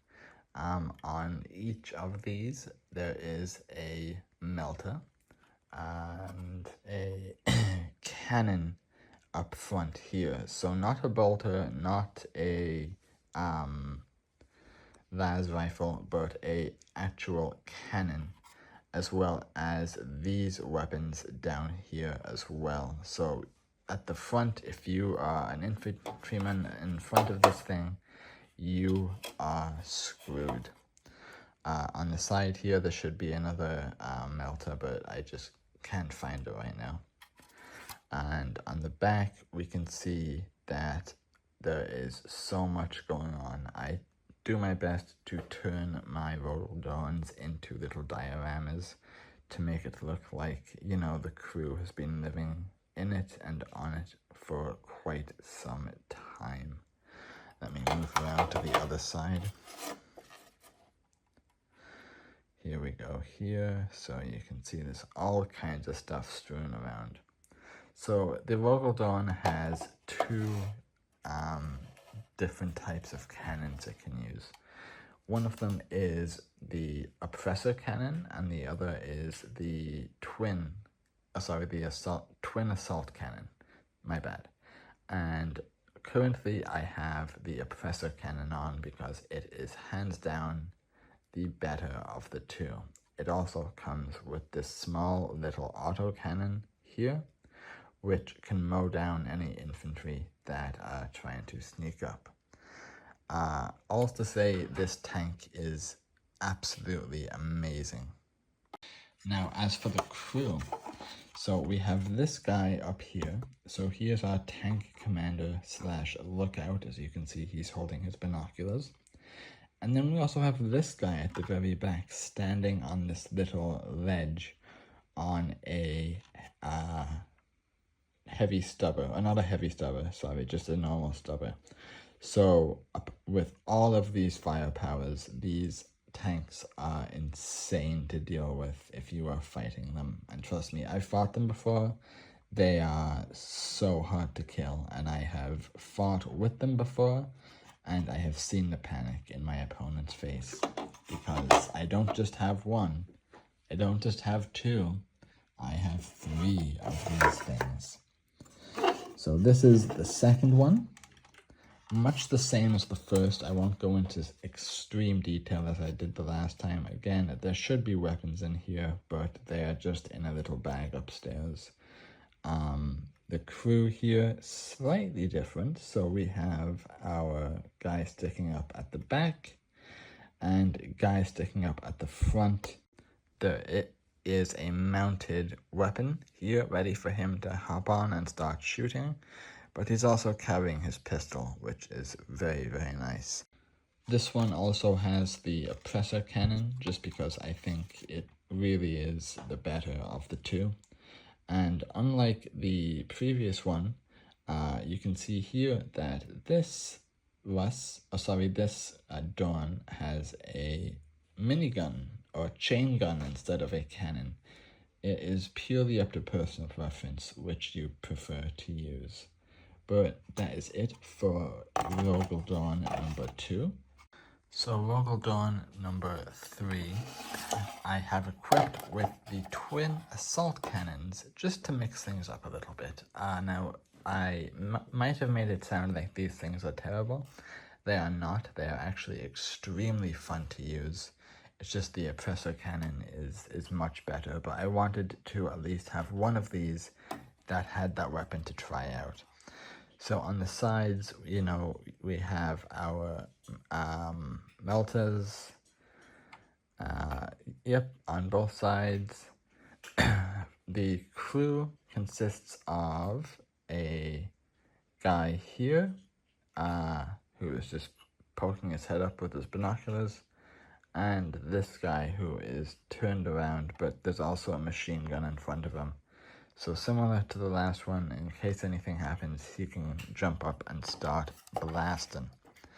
Just want to point out, or show you guys again, the decal of the environment on these tanks. I really try and tell a story with all my tanks. And you can see the Krieg insignia there. So, really nice. So next up is a little bit of a break from offensive units like tanks. And next is the Chimera. So the Chimera is a troop transport vehicle. So it essentially is a APC, or armored personnel carrier. So this one has a las cannon for its weapon. You can see the tank commander there, who also has his own stubber.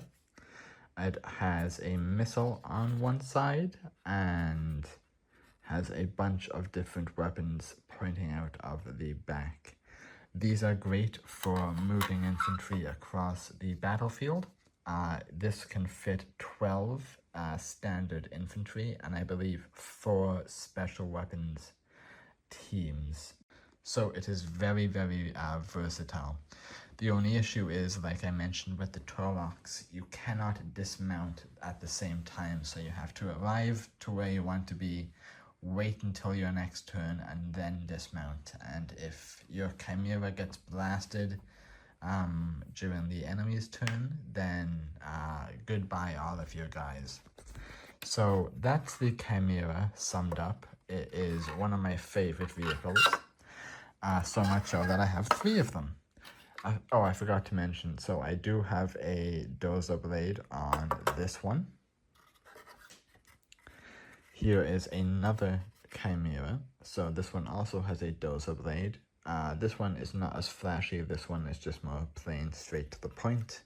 Weapons on the back, no missile to be seen, and it has a heavy bolter for its cannon, which is great. And our third Chimera is this one, who also has a dozer blade. I actually did not realize all of them had the dozer blades.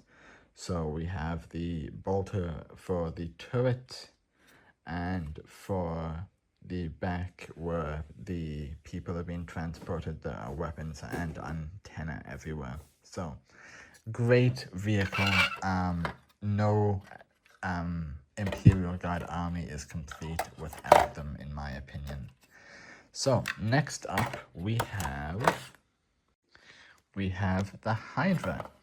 So I don't have much to say about this one, just because I do not know much about it, as I have barely ever used it. I actually don't know if I even have used it. So first off, we can see a corpsman in the back of the vehicle. So it is an anti-aircraft weapon, and it is extremely effective at taking out enemy aircraft. The only issue is, with the state of aircraft in Warhammer right now, no one runs aircraft, so this has kind of gone obsolete by proxy. Still very good, and if you have one, please don't throw it away, please keep it, because, you know, in 2 years, aircraft might be the name of the game. So next we have the Scorpius from the Horus Heresy. Now, I do not know much about this vehicle at all. I actually don't think I have ever used him, or it, but what I do know is it excels in anti-all infantry, so anti-standard infantry, anti-medium infantry, anti-elite infantry, and anti-super elite infantry. I'm not even sure if that's a thing. But if it's infantry, this thing will kill it. And it has a very, very interesting design. Very sleek. Anyway, let us continue. So next up we have another one of my favorites, the Hellhound. This is actually a very recent addition to my army. So the Hellhound is this kind of APC looking tank without actually being a carrier. This is meant to be a trench destroyer, so this is what they send in to clear out trenches and other dug-ins by infantry. As you can see, it has a flamer mounted to the top with the gunner ready to go. And that is all I really have to say right now. So I absolutely love the idea of this, and I think it's such a good vehicle to have. Next we have our second Hellhound, same thing as the first one, except this time instead of a flamer it is boasting a little cannon as well as a bolter on the front. One thing about the Hellhound that I find very interesting is that it has these exposed fans at the very back, as well as its kind of coolant pipe system. This one here also has it, as you can see, which is just a very cool design choice. I think this is actually the only vehicle in my collection that has that, if not the Astra Militarum as a whole. And finally, our third Hellhound, this one again sporting a flamer for clearing trenches, and yeah, this time sporting a flamer for clearing trenches, and that's it. Nothing really else to add to it. It does have a little bolter on the front just to get rid of any infantry if the flamers don't. But yeah, and it also has these exposed back as well. Very, very cool unit, and unfortunately, it's actually very underrated. I don't see a lot of people using Hellhounds. I absolutely love them. So, moving on. So next we have the Manticore. So the Manticore is another artillery-based weapon. As you can see, it still has a little bolter on at the front, but it is an artillery weapon. So it fires these four Storm Eagle rockets into the enemy's position. Each rocket by itself doesn't do that much damage. However, combined, if you are able to hit a cluster of enemies with them, whether they be infantry or armor, they will take serious damage, if not die outright. I really like this vehicle. I think the design of the four rockets is brilliant and definitely one of my favorites. And for our second Manticore is much the same as the first, only instead of a bolter it has a melter on it, and its rockets are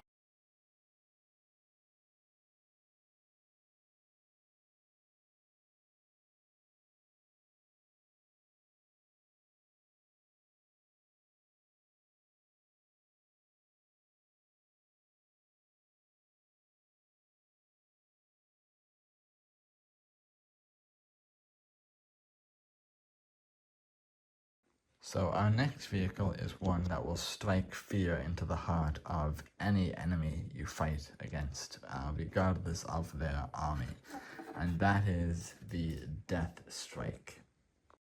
It has its melter on the front, and it serves basically the same role and purpose as the Manticore.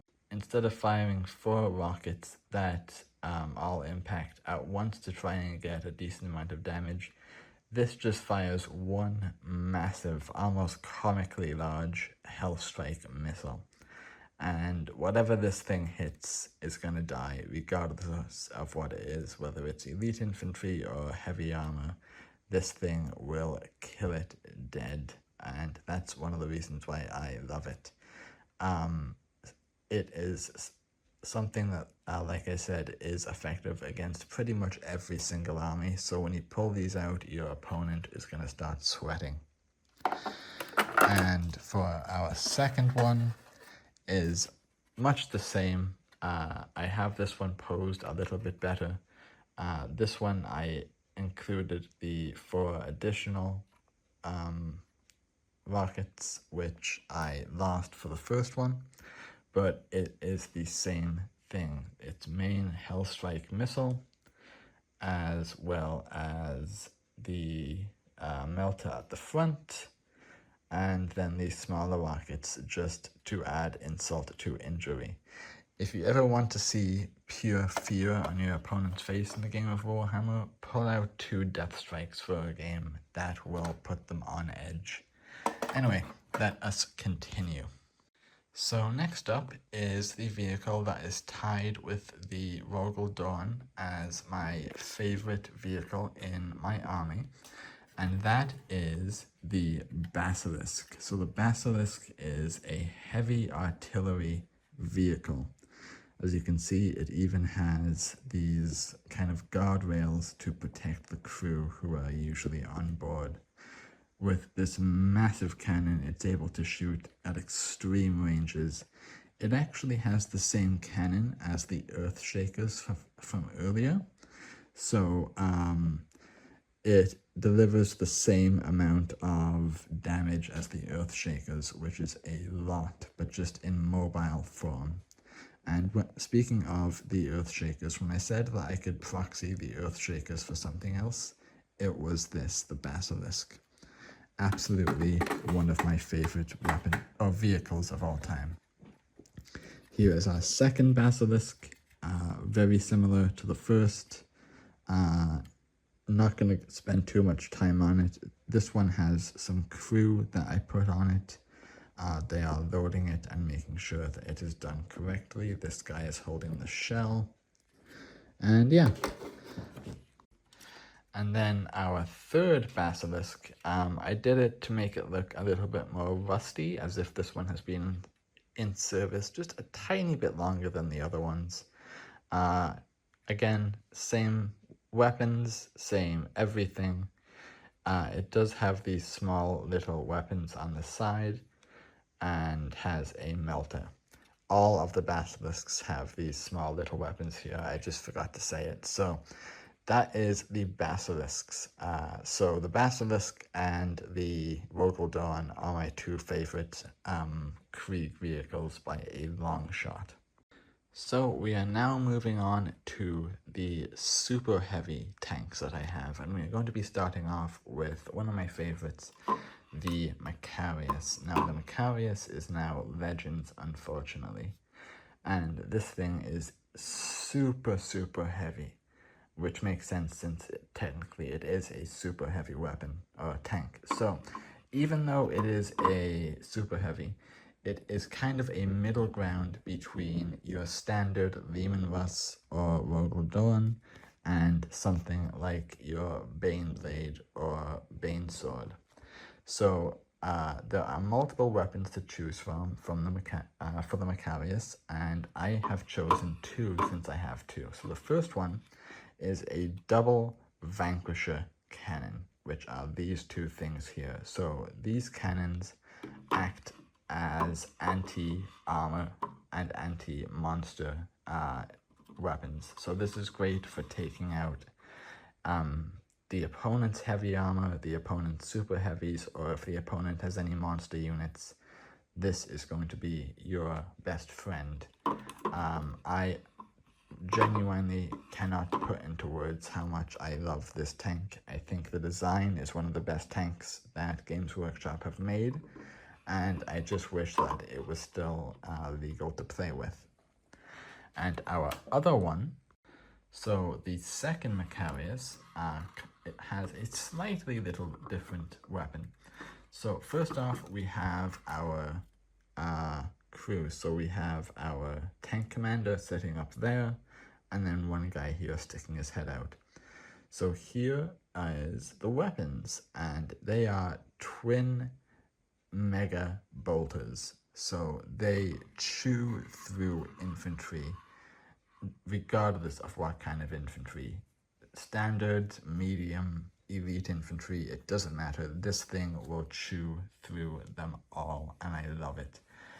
So I have both bases covered. That's why I have two of these. One for infantry, one for vehicles. And I forgot to mention when talking about the other one, but here is the tank commander standing up.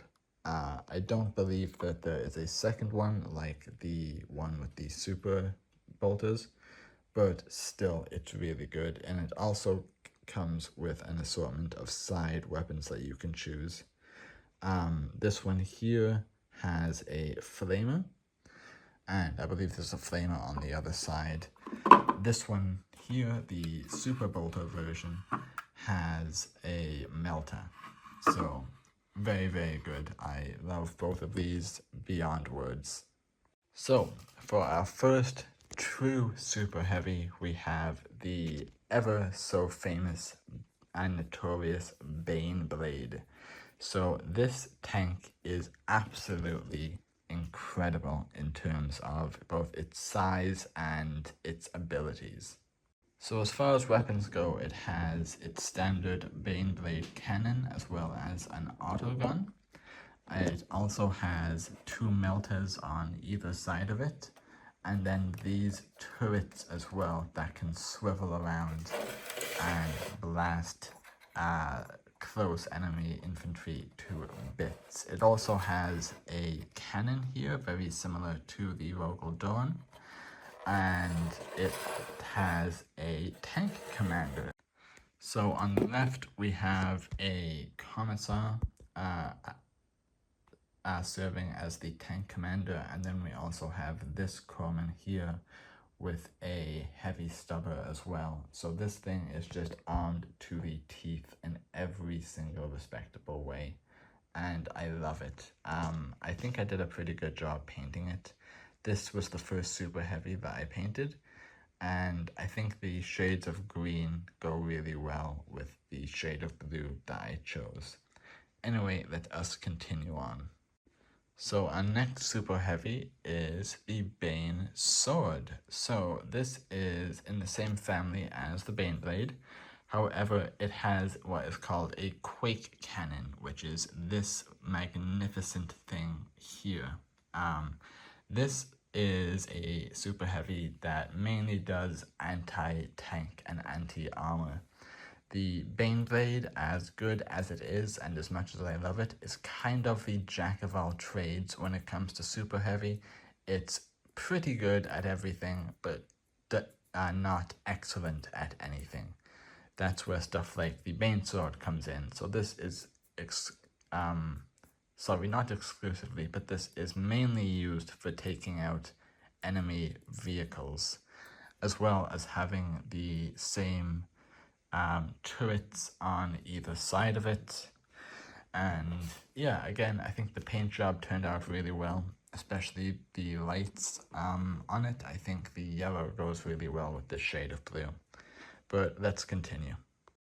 So our next super heavy is probably my favorite of my super heavies, and that is the Stormlord, and I'll get into why it's my favorite in a second. So first off, its weapon are these two twin cannons here.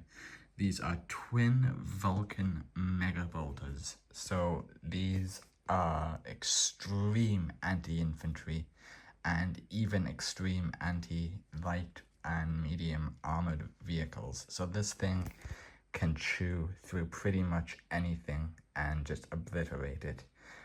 It also has 4 turrets instead of the standard 2 that we have been seeing. So it has 2 on this side and 2 on that side. It also has these two these two heavy bolters, which actually have been on all of the super heavies. I don't know why I forgot to mention them up until now.